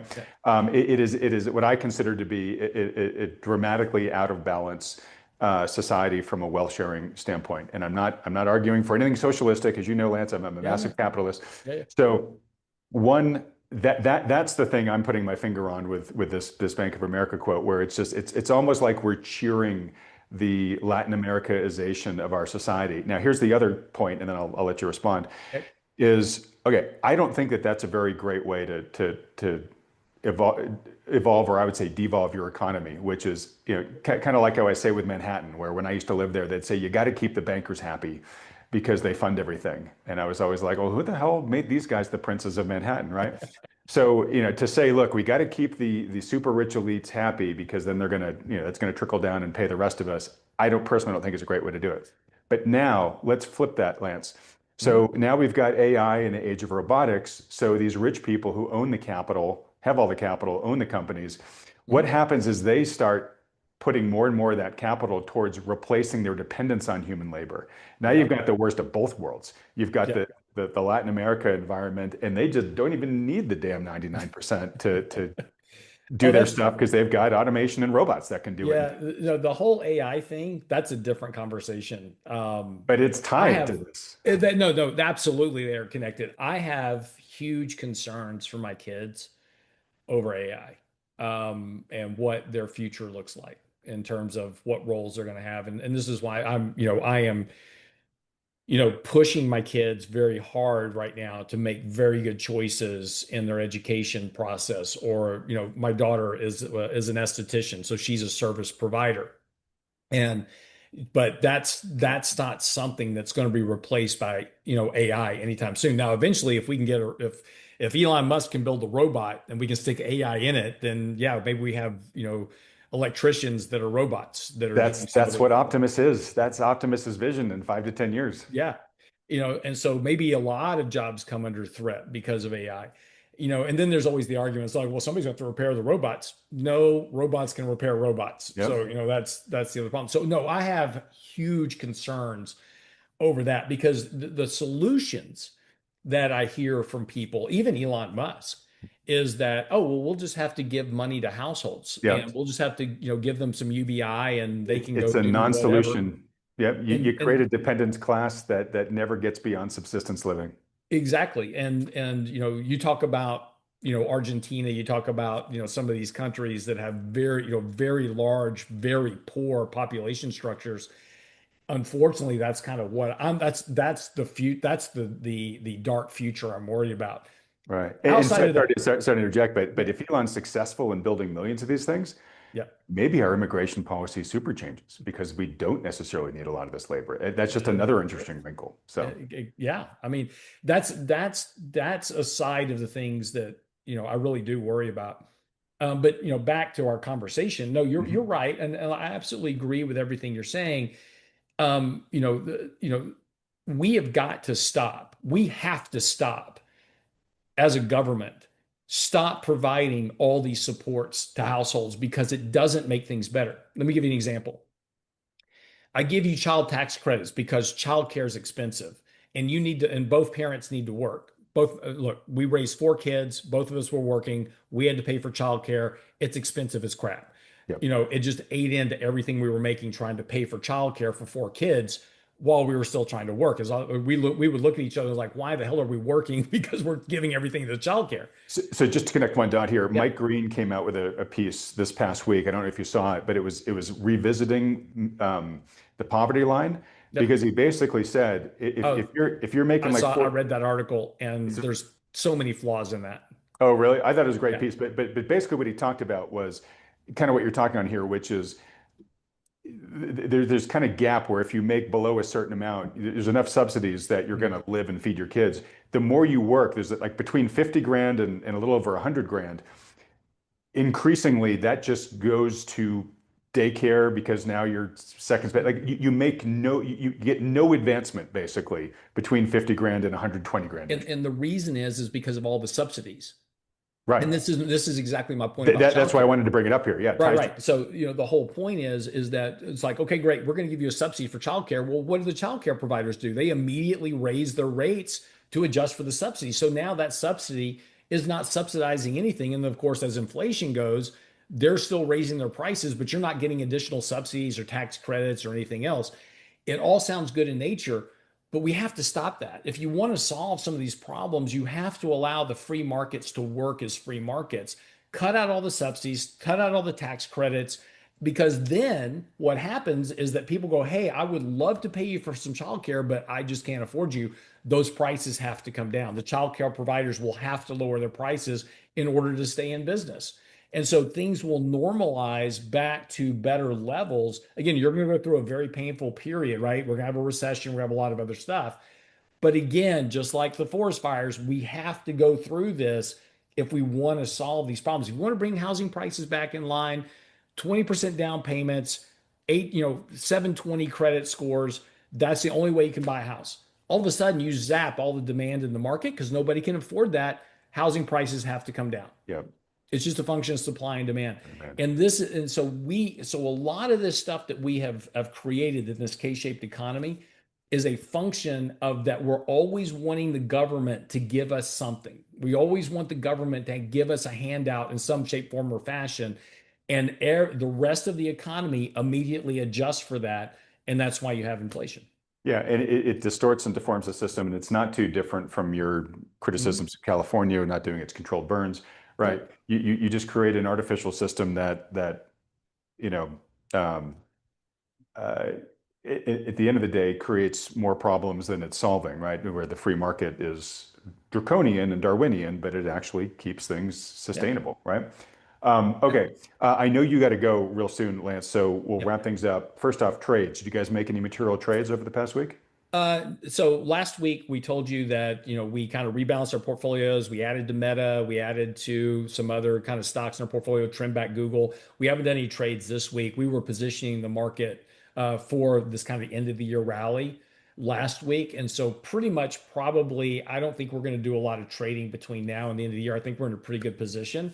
Um, Today, Meta's up 4.5% I today. was going to Nvidia's say doing congrats on well. the meta pop. Yeah. Yeah. So, but those were kind of, and I was on Fox Business News yesterday. I said, hey, a great short-term trade for the end of the year will be Oklo. And then it was funny because she goes, well, why do you say it's only a short-term trade? I said because they have no revenue Right. at all, period, nothing.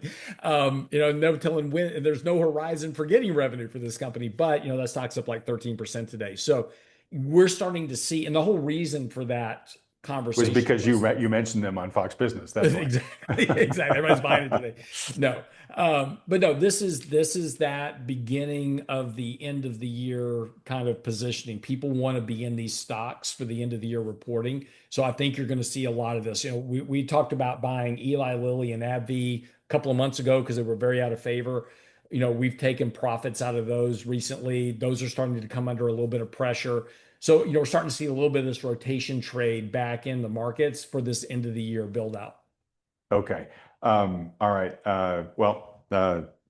Seems like you positioned yourself well, and Well, so far, we'll see if we'll see if you get the ride you were hoping for. Yeah. yeah, we'll Um, see what I, happens. I do think it's a little bit ironic that the pop from Meta was because Mark Zuckerberg said, "Hey, you know what? Meta, our whole metaverse thing isn't panning out the way that we thought, so we're going to dramatically cut back our staffing there." And so Meta, which was Facebook before it renamed itself Meta because of its whole metaverse operations, is now kind of beginning to give up, or at least dramatically The underinvested now. meta thing was never going to be a thing. You The know, whole it's going to virtual though. reality and It's going to. Sadly, I believe in 20 years it's going to be Ready Player One. It might not be. you're probably right. Yeah, You're absolutely probably right. yeah. I think they were We just should have hoping. a show where we just stream for 2 hours. We just stream Ready Player One. Actually, it'd be kind of fun to find like a virtual metaverse to record one of these in, and we can have a virtual Lance Yeah. teaming up with a virtual Adam. That would be kind of fun. All right. I know you got to go. Do you have 2 minutes? Yeah, yeah. Go ahead. Okay. Okay, I had a different rant. We'll save it for a different day. I think I've told you this privately, Lance. I have recently signed up for a concierge medical Hmm. program, Yep. and look to a certain extent. This is, I've been fortunate enough to get to the life stage where I can spend a little bit of extra money on healthcare. But as you and I have talked about many, many times, money is not the end, it's a means to an end. The things that Hmm. really matter in life, relationships, purpose, and health, those are the things you really want to focus on investing in life. And I've definitely found some great benefits from this concierge program. And it's also not that expensive. I mean, it's really not. It's probably for what I pay for 1 month in healthcare premium. That's what the cost of this thing has been to me. Now, there are some additional things that I have to buy, and that's one of the things I want to talk about. This concierge doctor has signed me up for kind of a battery of additional tests that my normal healthcare provider Hmm.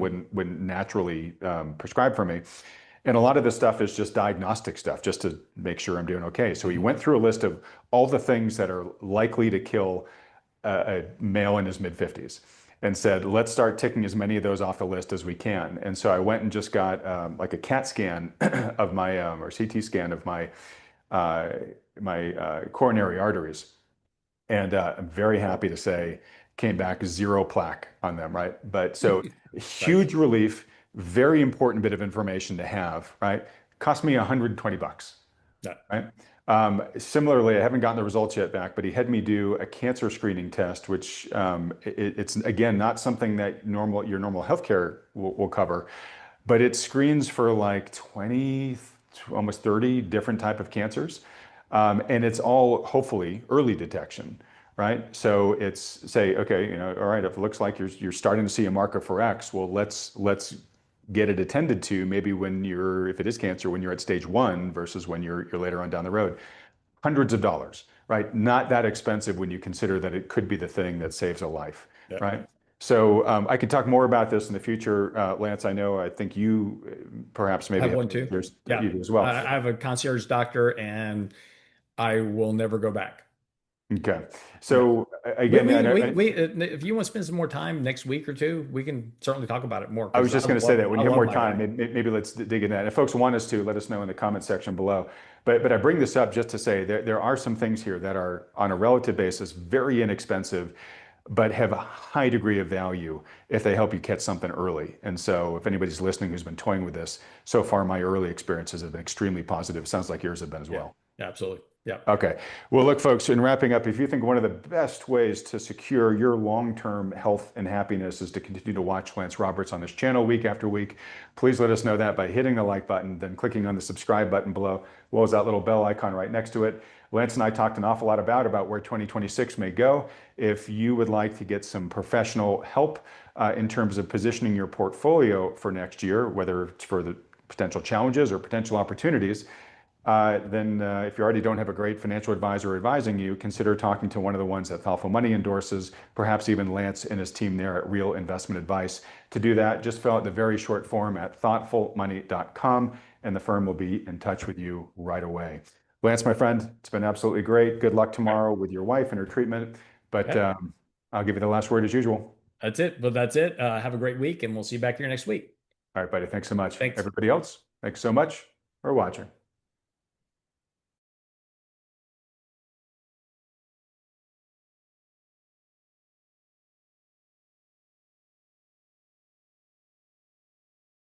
We're right at the end game. It could happen any month. It could happen in gold. It could happen in silver. I've always thought that it would happen in silver just because it's such a small market. Yeah, it's clearly a breakout. I would think silver is going to go at least to 50 and test that. I don't think longer term 50 is going to hold. I mean, we're going to go above 50, and then who knows what kind of numbers. And gold, I mean, there is no technical area or number because we're at all-time highs at this point, and just have to see where the next battle begins. But this is a breakout, and I view this as a worldwide vote of no confidence in paper. Even if we got to 45, 50 to 1, half of what the ratio is now, you'd be looking at what? $175 an ounce with gold at 3,500. Yeah. If you got to 50 to 1. Bill Holter warns that we're already at the end game, and a failure to deliver could happen any month in gold, silver, or even other commodities. And because silver is such a small market, a failure to deliver event could happen at any time. This move in gold and silver looks like a true breakout, signaling a global loss of confidence in paper assets. Silver seems destined to test $50 soon, but longer term it's likely to push well beyond that level. With gold already in uncharted territory, there are no technical ceilings, only the next battle lines ahead. If the gold-silver ratio simply returns to 50 to 1 with gold at $3,500, silver would reach $175 an ounce.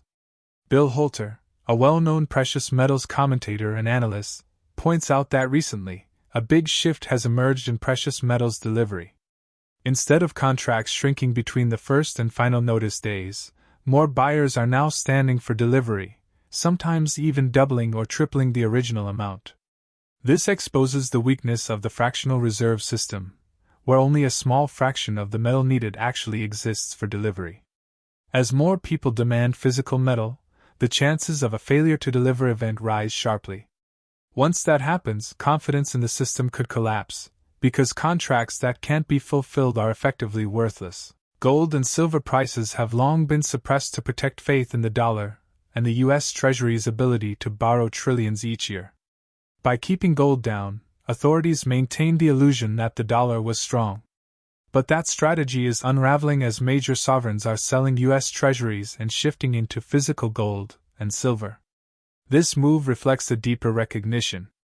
According to Bill Holter, once confidence in paper assets breaks, demand will rush toward tangible value, and the system will struggle to contain it. As we present clips from the video, please like this video, subscribe to our channel, and turn on the notification bell to stay instantly notified every time we upload a new video. Thanks for the support, and enjoy the video. Right, it'll create more demand. And along with creating demand, not just paper demand, you're going to have more and more people buy contracts and then immediately stand for delivery. As a matter of fact, for the last 2 or 3 years now, it used to be, and I'll use silver as an example, it used to be that there were X amount of contracts standing for delivery on first notice day. And then by the time delivery day came, final notice day, the amount of contracts outstanding would have dwindled by 50% or more. Over the last 2 or 3 years, what has happened is you get X amount of contracts on first notice day, and then by the time of the last day, final notice comes, there's more contracts outstanding. And in some cases, there's more than double or triple the amount of contracts that were standing the first day. So you have buyers that have been coming in and immediately standing for delivery. And that's the Achilles heel to the fractional reserve system. I mean, there's no question. I mean, even the powers that be will admit, yes, it's a fractional reserve system. We really only have 5% or 10% of the metal or whatever it is available for delivery because not everybody stands for delivery. Well, we're at the point now where there's more and more understanding that because it's fractional reserve in nature, it will ultimately fail to deliver. And again, the psychology of human beings, when they're told they can't have something or they might not be able to have something, they want it even more. And it's going to cause a stampede of contracts standing for delivery, and that'll be your failure to deliver, which blows up the entire system, by the way. Because if you've got all these contracts that are actually worth zero because they cannot perform, it breaks confidence. And let me back up a little bit. The reason gold and of course silver too, silver has been suppressed because they didn't want the fuse on gold lit.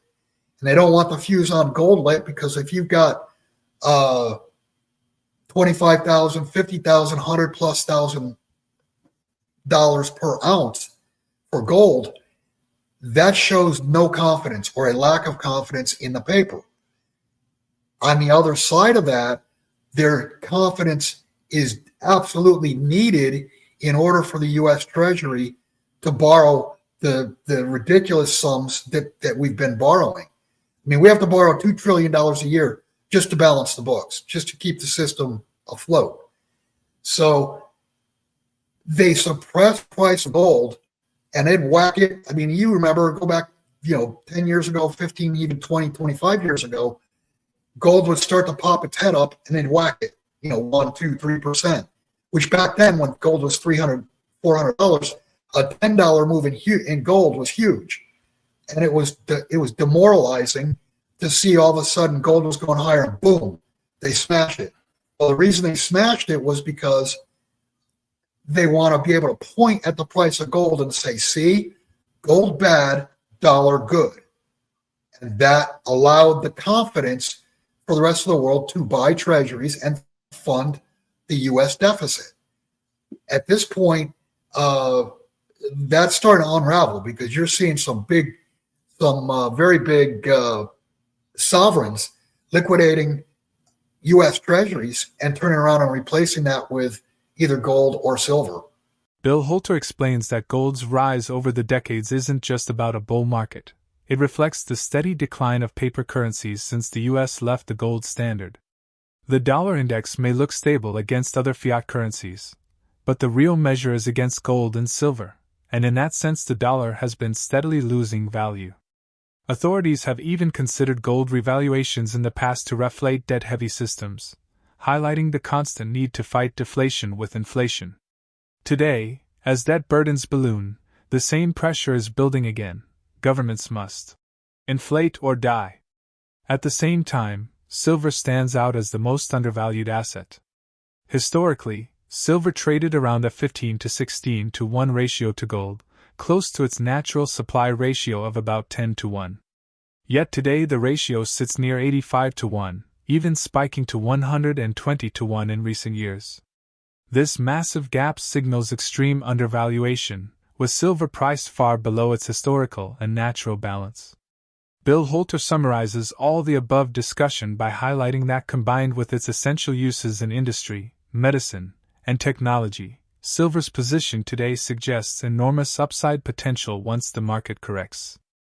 I mean, this has been going on. It's been going on and on and on. I mean, we've had a bull market, if you will, in gold. But the reality is it's been a bear market. It's been a diluting market in the dollar and other currencies. ever since we went off the gold standard. I would think if the dollar should be bouncing and bouncing pretty hard right now, it's not. And what won't go up must go down. So I think there's another leg down. But again, I don't think the DXY is really a good index to look at, because you're looking at dollars versus other paper currencies, the euro, the yen. The true measure is versus gold and silver. And that verdict is already in. Right, because gold was $20.67, and then they revalued. They took everybody's gold and they revalued it to $35. And that, there's a lesson to be had there. When they revalued gold from $20.67 to $35, that started to break the back of deflation. It was an inflationary event. And I mean, there's all kinds of talk wherever you look now about a gold revaluation worldwide. Well, what is that telling you? It tells you that they're desperately trying to reflate the system. And they have to reflate the system because of the amount of debt that's outstanding. And it all goes back to the late, great Richard Russell, inflate or die. I mean, in this system, we cannot have deflation. You cannot have deflation of assets because everything is held up on margin. And when assets deflate, you get a margin call, then the entire system comes down, and basically currencies become literally worthless because they're based on the full faith and credit of the issuer. And all of these issuers, from the United States to all the Eurozone, I mean, they're all bankrupt. They're all upside down and insolvent. A lot of hedge funds and family offices, they're knowledgeable.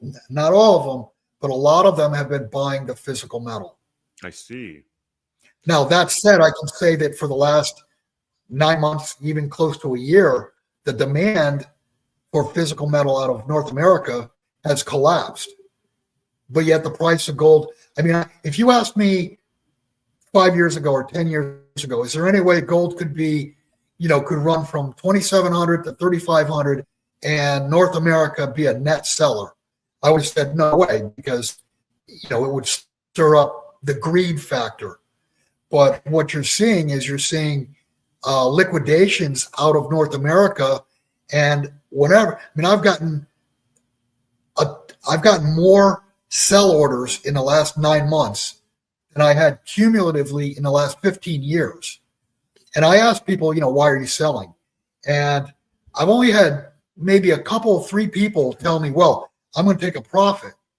And I asked them, well, where are you going to put the money in a system that's going to mathematically collapse to keep it protected? And they're like, oh, well, when gold drops or silver drops, I'll go back in and I'll rebuy it. Well, good luck with that, because when there's a failure to deliver, there won't be anything to be had. And if you're not on the bus, you're off the bus and you can't get back on the bus. But the vast majority of people that I've asked have all said, I need the money. I need it to live on. So it tells me that the money on the streets in North America is evaporating or evaporated. Right, but they are both strategic metals. I mean, think about silver. Think about all the uses that silver has: medicinal, industrial, technological, monetary. I mean, there's so many uses for silver, and it is, in my opinion, silver is the most underpriced asset on the planet. Mm-hmm. Now, going back, and I say that because, Danny, gold. The reality is, gold is the measuring stick. We got fooled. The world got fooled for 50 years that the measuring or more, that the measuring stick was the dollar. Everything was measured against the dollar. How many dollars? The reality is, dollars themselves are measured against the ultimate measuring stick, which is gold. Yeah, and the reason I say silver is the most undervalued asset on the planet, I mean, for how many hundreds of years, and even in the U.S. Constitution, the ratio is 15 or 16 to 1. You could go back 1,000. Well, first off, silver comes out of the ground just under 10 to 1 to gold. So there's roughly 10 ounces of gold pulled out of the earth for every 1 ounce of gold. 1 ounce of silver. That's God's ratio. Right. 10 ounces of silver for every 1 ounce of gold. Now, for hundreds of years, the price ratio was 16 to 1. And the reason being, back 100, 200, 300, 500 years ago, in order to transport money, you had to transport gold or silver. But if you transported silver, you had to transport 10 times the amount of silver to get the same capital.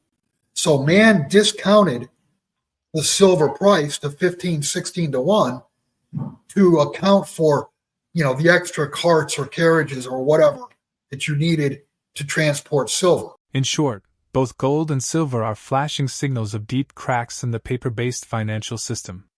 With debt loads soaring, currencies weakening, and physical supply inelastic, the pressure is building for a major repricing of precious metals. Silver, in particular, looks poised for dramatic gains once confidence in paper assets fades and investors rush toward tangible value. If a failure to deliver event occurs in silver, how quickly could it spread to gold and other markets? Could a government-led gold revaluation be the trigger that finally resets the global financial system? Share your thoughts on Bill Holter's analysis in the comments section below. If you find this video informative, please consider supporting us and turning on notifications to stay updated about our latest videos. See you in the following video. Thanks for watching.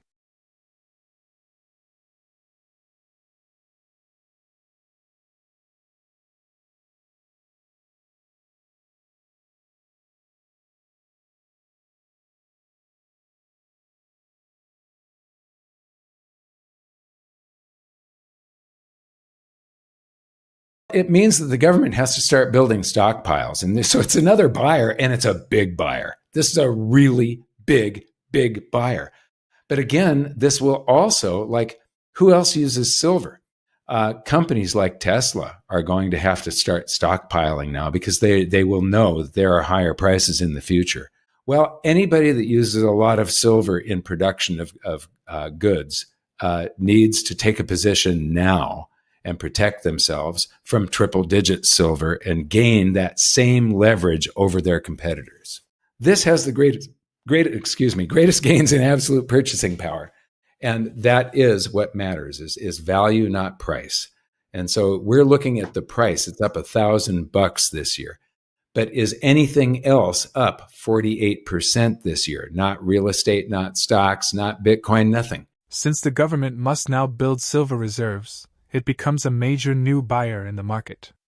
At the same time, companies like Tesla, which rely heavily on silver, will likely start stockpiling as well, anticipating higher prices ahead. Any business that uses significant amounts of silver should secure supplies now to shield themselves from triple-digit prices and gain a strong edge over competitors. Mike Maloney is a renowned precious metals expert, educator, and founder of goldsilver.com. He explains that governments always find ways to tax people, either directly or through inflation. History, like Weimar hyperinflation, shows how war spending and money printing quietly destroy wealth until it's too late. As people save in fear, devaluation builds, only to erupt in sudden inflation when money flows back. Gold-backed systems once restrained this, but fiat currencies lost all discipline. Today, massive money creation and QE enrich the elite while draining ordinary savers. Gold remains undervalued, but the system will eventually face a reset. As we dive into the video, remember to subscribe and tap the bell icon so you never miss an update. We value your thoughts, so drop a comment below and give us a thumbs up if you enjoyed the content. True, but the problem with government is they will just tax us more. Silver could go to $1 million an ounce, and they're just going to take as much as they can from the population in two methods: the regular tax and inflation tax. And as they print for war, I did a lot. When I was writing my first book, my study on the Weimar hyperinflation was a stack of books about a foot high. And so And I had assistants. I didn't read all of them. I'm dyslexic. They read them and they highlighted stuff for me to look at. We did a very intense study on the Weimar hyperinflation during that with World War I. When there's war on your soil, you have a lot of anxiety, and every dollar you earn gets saved. So none of it is in circulation, and it allows the government to keep on printing and printing and printing, and you don't see the dilution of the currency supply. You don't see the devaluation of the currency until the war ends and the anxiety is lifted. And the minute some of that currency comes out of hiding, back then you would stick it under your mattress, not put it in the bank. But once it comes out from under the mattress, look out, you're in for a hyperinflation. And so, yes, it'll make war more expensive. But if we are having war, the population will start doing more saving, velocity will slow down. And the result is that the government can very secretly steal a majority of your wealth without you knowing it until it's too late. And that's what using gold used to do. And then we went from 100% reserve ratio. First we had gold. Then we had gold notes, 100% backed. And then we introduced the Federal Reserve, and it was 40% backed. And then the Bretton Woods, and it dropped eventually to 8%, but there was no specified reserve ratio. But gold standards opened the door for this scam to all happen again. And so I hope we don't end up, I can tell by what countries are doing around the world that we are headed towards some sort of monetary system that has gold connected to it. Is it going to be another gold standard, or will the citizens of planet Earth wake up and say, no, we're going to use something real and that stores value? And fiat currencies have proven that they don't store value, and mathematically they can't. Mike Maloney highlights that when manipulation breaks, the free market always wins, whether under fiat, digital currencies, or any system. True wealth isn't measured in unstable prices but in value relative to real goods like gold, oil, or wheat. Fiat money and floating exchange rates distort prosperity, stealing lifetimes of potential growth. History, like Weimar Germany, shows how loss of confidence leads to hyperinflation, where people rush to trade currency for anything tangible. In such times, gold rises faster than everything else, gaining real purchasing power. Today, with gold up nearly 50% this year, outpacing real estate, stocks, and even Bitcoin, it's clear that value, not price, is what matters. Now, let's get back to the interview. Yeah, and that explosive phase change is when the free market overwhelms the manipulation, and it always has and it always will. It doesn't matter if we're in some digital currency system. It doesn't matter if they lock us in a jail cell and put us to work and extract wealth from us that way. It doesn't matter even if it's the Matrix. The free market will overwhelm it. You and I spent a lot of time creating a chapter for the great gold and silver rush of the 21st century. And it's something that I dubbed Wealth Cycles back in 2010, I think. We measured like everything that we could measure where we could get data that goes back into the 1800s. And what we discovered there, what's going to happen? Yes, the old measurements, if you're using currency. Ratios? No. It's impossible for the ratios not to stop working. Once you use ratios, you are getting rid of the currency. That's being taken out of the equation. When you measure your house value of your home in barrels of oil, ounces of gold, bushels of wheat, tons of iron, pounds of copper, shares of the Dow, when you do that, you start seeing what true value is, not price. We have to stop measuring things in price and start measuring the value of things. Steve Forbes, there was a great animation that our animator Aiden did for Steve Forbes when he was in Hidden Secrets of Money. And he talks about, what if the foot changed every day? So 11 inches one day and 14 inches the next or whatever. Or if you're trying to bake a cake and the clock change, a minute is 40 seconds one day and 90 seconds the next day, things become impossible. Well, that is the US dollar. And all these floating exchange rates severely limit our prosperity and has stolen part of our lifetimes. You can absolutely prove that when you create greater prosperity, a population will live longer and be happier. This is just fact. And so, and you cannot go back in time and repair transactions that didn't happen or prosperity that didn't happen. And so these fiat currencies, these floating exchange rates, have shortened your lifetime and my lifetime. They absolutely have. And this is something that is provable. I had you insert a chart after this of the Weimar hyperinflation, simply because this looks like the Weimar hyperinflation. Yeah. Now, if you look at that early part from the end of World War I up until the beginning of 2020, if you make a chart of just that, that is it's a pre-hyperinflation hyperinflation. I remember we were interviewing Jim Rickards, and I was telling him I had discovered this pre-hyperinflation hyper, and I was all excited about it. And he goes, "I didn't know I was here for a history lesson." So anyway, that first phase was a conditioning that happened to the population. That loss of 90% of their purchasing power, this is a 90% loss in purchasing power, taught them that if they hold on to currency too long, so the second time that they saw this happening, that's when they started buying anything. A case of doorknobs will hold its purchasing power better than the currency. And so that's what caused that change in public perception and the introduction of fear of holding on to the currency for more than a few seconds caused that endgame hyperinflation. But the point is that gold is going up faster. Every chart looked like this. Real estate looked like this. The stock market looked like this. Everything in Weimar Germany looked like this, except gold was going up at a factor that was greater than all the other things. So it was gaining in purchasing power during this. And it was in my first book.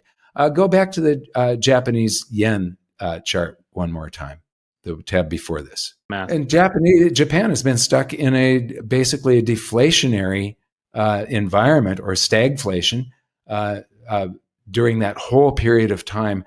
Prices of real estate and stuff are not keeping up with gold. If gold quintupled, it's probably tripled or quadrupled in purchasing power of real estate, businesses, and anything else you want to buy. Cars have not quintupled since 2007. So that's a real good measurement. How much is a car since 2007? Has it doubled? Well, that means you can get 2.5 times more cars with your gold. Than a year. That's since the beginning of the year. So we just started the 9th month. Yeah. Yeah. Is there anything else going up this fast? And the answer is no. It's at this point for this year, this has the greatest gains in absolute purchasing power, and that is what matters is value, not price. And so we're looking at the price. It's up $1,000 this year. But is anything else up 48% this year? Not real estate, not stocks, not Bitcoin, nothing. And so that means that this is gaining in purchasing power against everything else. Both governments and businesses are gravitating for hard assets like gold and silver due to pressures from debt, war expenditures, and currency devaluation. History tells us that true worth endures while fiat regimes inevitably fail. Gold is outperforming almost everything, and manipulation flaws are already visible, so the trend toward material wealth is quickening. Do you believe that governments will be able to conceal inflation this time, or will hyperinflation erupt like it did previously? If governments and large corporations began hoarding silver, how high could it actually rise? Feel free to share your feedback in the comments below. If you found this helpful video, hit the thumbs up and subscribe to keep up with our latest updates.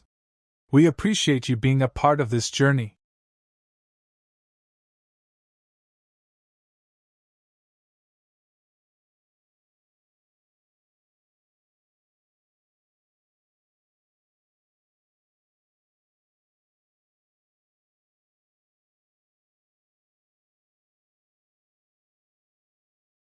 Gold is becoming more expensive. It is the dollar, which is losing its purchasing power versus gold. The price has been steadily moving upward over the last 2 years. And it surges it breaks out, it surges 15%, it consolidates for another 3-4 months, breaks out, surges 15, 20%, consolidates for 3 or 4 months. This has happened 3 or 4 times now. And as most people know, it's been consolidated under 3,500 since about April or May. It's now broken out, and I think there's a rush of speculative interest because another 15%, if we keep the pattern going, takes us up to about $4,000 an ounce. I think the next move in this current move is probably to 43.5, 44. If I'm right about all this yield curve control, cutting of rates, all that jazz, I think next year is when you get to 50, or at least you finally break through. Gold's rise isn't about it becoming more expensive. It's the dollar steadily losing value against it. For the past 2 years, gold has followed a pattern of breaking out, surging 15 to 20%, then consolidating for a few months before repeating the cycle. After holding under $3,500 since spring, it has now broken higher, and if the trend continues, the next leg could carry it toward $4,000 an ounce.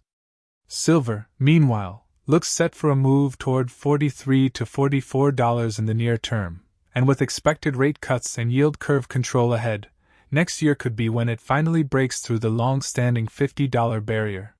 Craig Hemke is a longtime precious metals analyst and founder of the website TF Metals Report.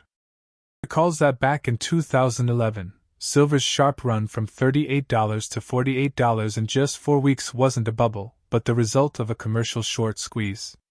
Speculators were long while commercials were heavily short, and when shorts had to cover, prices exploded. If commercials pile on new shorts, silver will likely grind higher in a slow, stair-step move. But if they start covering without heavy speculative buying yet, that could trigger a breakout, drawing in new money and creating a powerful rally. Silver tends to sit quietly for long stretches, but once momentum builds, FOMO quickly takes hold. The current move may aim for $43 to $44 before pulling back, but next year, with rate cuts and yield curve control likely, it could be the time silver finally smashes through $50. If it does, tests that level as support, and holds above it, then the market could truly take off. If silver breaks above $50, the real stress will likely show in London's physical market, not COMEX. With supply deficits, limited float, and heavy reliance on paper ETF instead of real bullion, a surge in demand could expose shortages and trigger major volatility. That's when silver could truly get spicy. As we play Craig Hemp's video, kindly click the like button, subscribe to our channel, and enable the notification bell to receive fast alerts whenever we post a new video. I appreciate your support. Have fun watching the video. Crazy breakout camp just yet. I think it's an important time for people to be paying attention to what's going on internally with silver. In April of 2011, okay, so most people remember that, price went from 38 to 48 in about 4 weeks of that month, over the course of the month. And it was assumed, it was written up, and people look back, with revisionist history and make it sound like it was a big speculative bubble. What was actually going on, if you followed the Commitment of Traders report back then, was a commercial short squeeze. They had all these speculators that are long, all these commercials that are short, and they started having to cover shorts for, without going into all the details as to who was short and why and all that stuff. But you could just see it on the Commitment of Traders reports. And that's what took it from 38 to 48. I think, could we have a similar month now? Of course. But we want to be watching those Commitment of Traders reports because it'll tell you a lot. If the commercial side of that equation is aggressively adding new shorts this month, okay, well, we're just in that kind of stair-step phase, of 2 steps forward and 1 step back. But if we start seeing a lot of commercial short covering without a lot of new speculative money yet, and that's what drives us, well, then, when we get that breakout of, top of the cup, then you get this big rush of speculative money that just catapults you further. Because silver's a lot like, and I'm sure I've used this metaphor before, it's like Newton's law inertia or motion or whatever it is. I took physics, but it was a long time ago. An object at rest remains at rest until a force is applied to it, right? Just sit there. My computer's right here, but if I push it, okay, all right, it'll remain at rest until a force. And that's kind of what silver's like. Silver just sit there, as we all know, and just do jack for a long period of time, even like not keeping up with gold because people are waiting. They're like, well, I'm not going to get involved in silver yet because it's just sitting there doing nothing. But then as it starts to get moving, then you get this kind of FOMO thing. Hey, we've seen this before. And so what will probably happen, I would not expect it to smash through the $48 to $50 all-time highs in the first try. That's generally not how it works. And so I wouldn't think we would get there this year. You go up, we could go to, I think the next move is, in this current move, is probably to 43 and a half, 44, given the channel that we've been tracking higher. Pull back, maybe under certain conditions, we make another run later this year. I think it's in next year. If I'm right about all this yield curve control, cutting of rates, all that jazz, I think next year is when you get to 50, or at least you finally break through. You go up, tap it, find resistance, finally break through. Everybody goes crazy, and then it pulls back, tests that old resistance level for support. And if it finds the support and you stay above 50 and then start making new highs after that, well then, holy Toledo, then we could have some fun. And this all the stuff we've talked about all these years, Elijah, about how much silver is there really in the world? The supply deficit over the last 4 years. How much free float is there in London? How many ounces are levered, how many times, supporting the derivative markets, all that stuff. If we set off on this, break through 50 and everybody starts getting excited and the banks don't want to fool around with it anymore because they don't have it, they don't want to deliver theirs out or whatever, things could really get spicy next year. I saw that stuff too last week. There were 9,000, I can't remember, 9,900 or something COMEX September silver contracts that were open and standing for delivery when that contract went off the board. And then it gets delivered against, you got to be 100% margin long covered so that you can take delivery if that you're long and somebody the short puts the silver to you. And historically that's a lot. But back in March and May, we were doing 18,000 contracts. Okay, so it's not like, oh, wow, it's 10,000 in September, the system. No, it's not. No, not yet, at least. Okay, but it is a not insignificant amount. If we've already delivered almost all of those, that's 50 million ounces. I don't know if it ever actually leaves the COMEX or if it's still just this, oh, this month I'll take delivery, next month you take delivery stuff. So we'll keep an eye on that. I don't think that's where the stress is. To me, after kind of getting excited about that 15 years ago, I don't think that it's the COMEX where you'll see delivery stress. It's more likely in London. I'll give you this. I mean, you've seen over the years, Elijah, and I'm sure everybody listening has seen this, we're like Stan Druckenmiller or Ray Dalio or whomever, some big hedge fund manager, they'll say, we want to own gold. And you're like, good. And then they buy the GLD, right? And you're like, well, what good is that? I mean, that gives you price exposure, but you don't really, you can't take delivery, Stan. You can't take delivery. Craig Hemke explains that the dollar index is misleading, as it only compares the dollar to other weakening fiat currencies. While it appears stable, all major currencies are losing purchasing power together. Recently, talk of yield curve control has quickly gone mainstream, signaling that central banks may soon cap long-term rates to contain debt costs.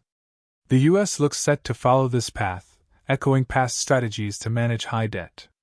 If that happens, it would echo what the U.S. did after World War II, when debt-to-GDP ratios were similar. Back then, the Fed and Treasury worked together to hold rates down, effectively inflating away the debt with cheaper dollars in the future. We could see something similar soon, especially if Fed leadership changes. This would likely require massive new quantitative easing, with central banks buying and monetizing their own debt in a move resembling modern monetary theory. Such a shift would push real interest rates deep into negative territory, and that's extraordinarily bullish for gold and other precious metals as fiat currencies are steadily devalued. The deception of the dollar index, because it just compares the US dollar versus all this other equally worthless fiat, right? And so the dollar over time, you pull up a 30-year price chart of the dollar index and it's, it's 100 and it goes up to 120 and down to 80 and it just stays basically the same. Well, that's because all the other fiat currencies are devaluing at the same rate. But I said, expect more rate cuts than what people are thinking are coming.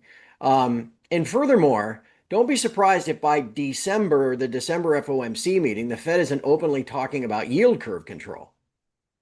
And I mean, I wrote that like on New Year's Eve last year. There were nobody talking about yield curve control. But now, all of a sudden, here in late August, early September, it's like, oh yeah, yield curve control is coming, like everybody was predicting this 8 months ago. Yield curve control is coming.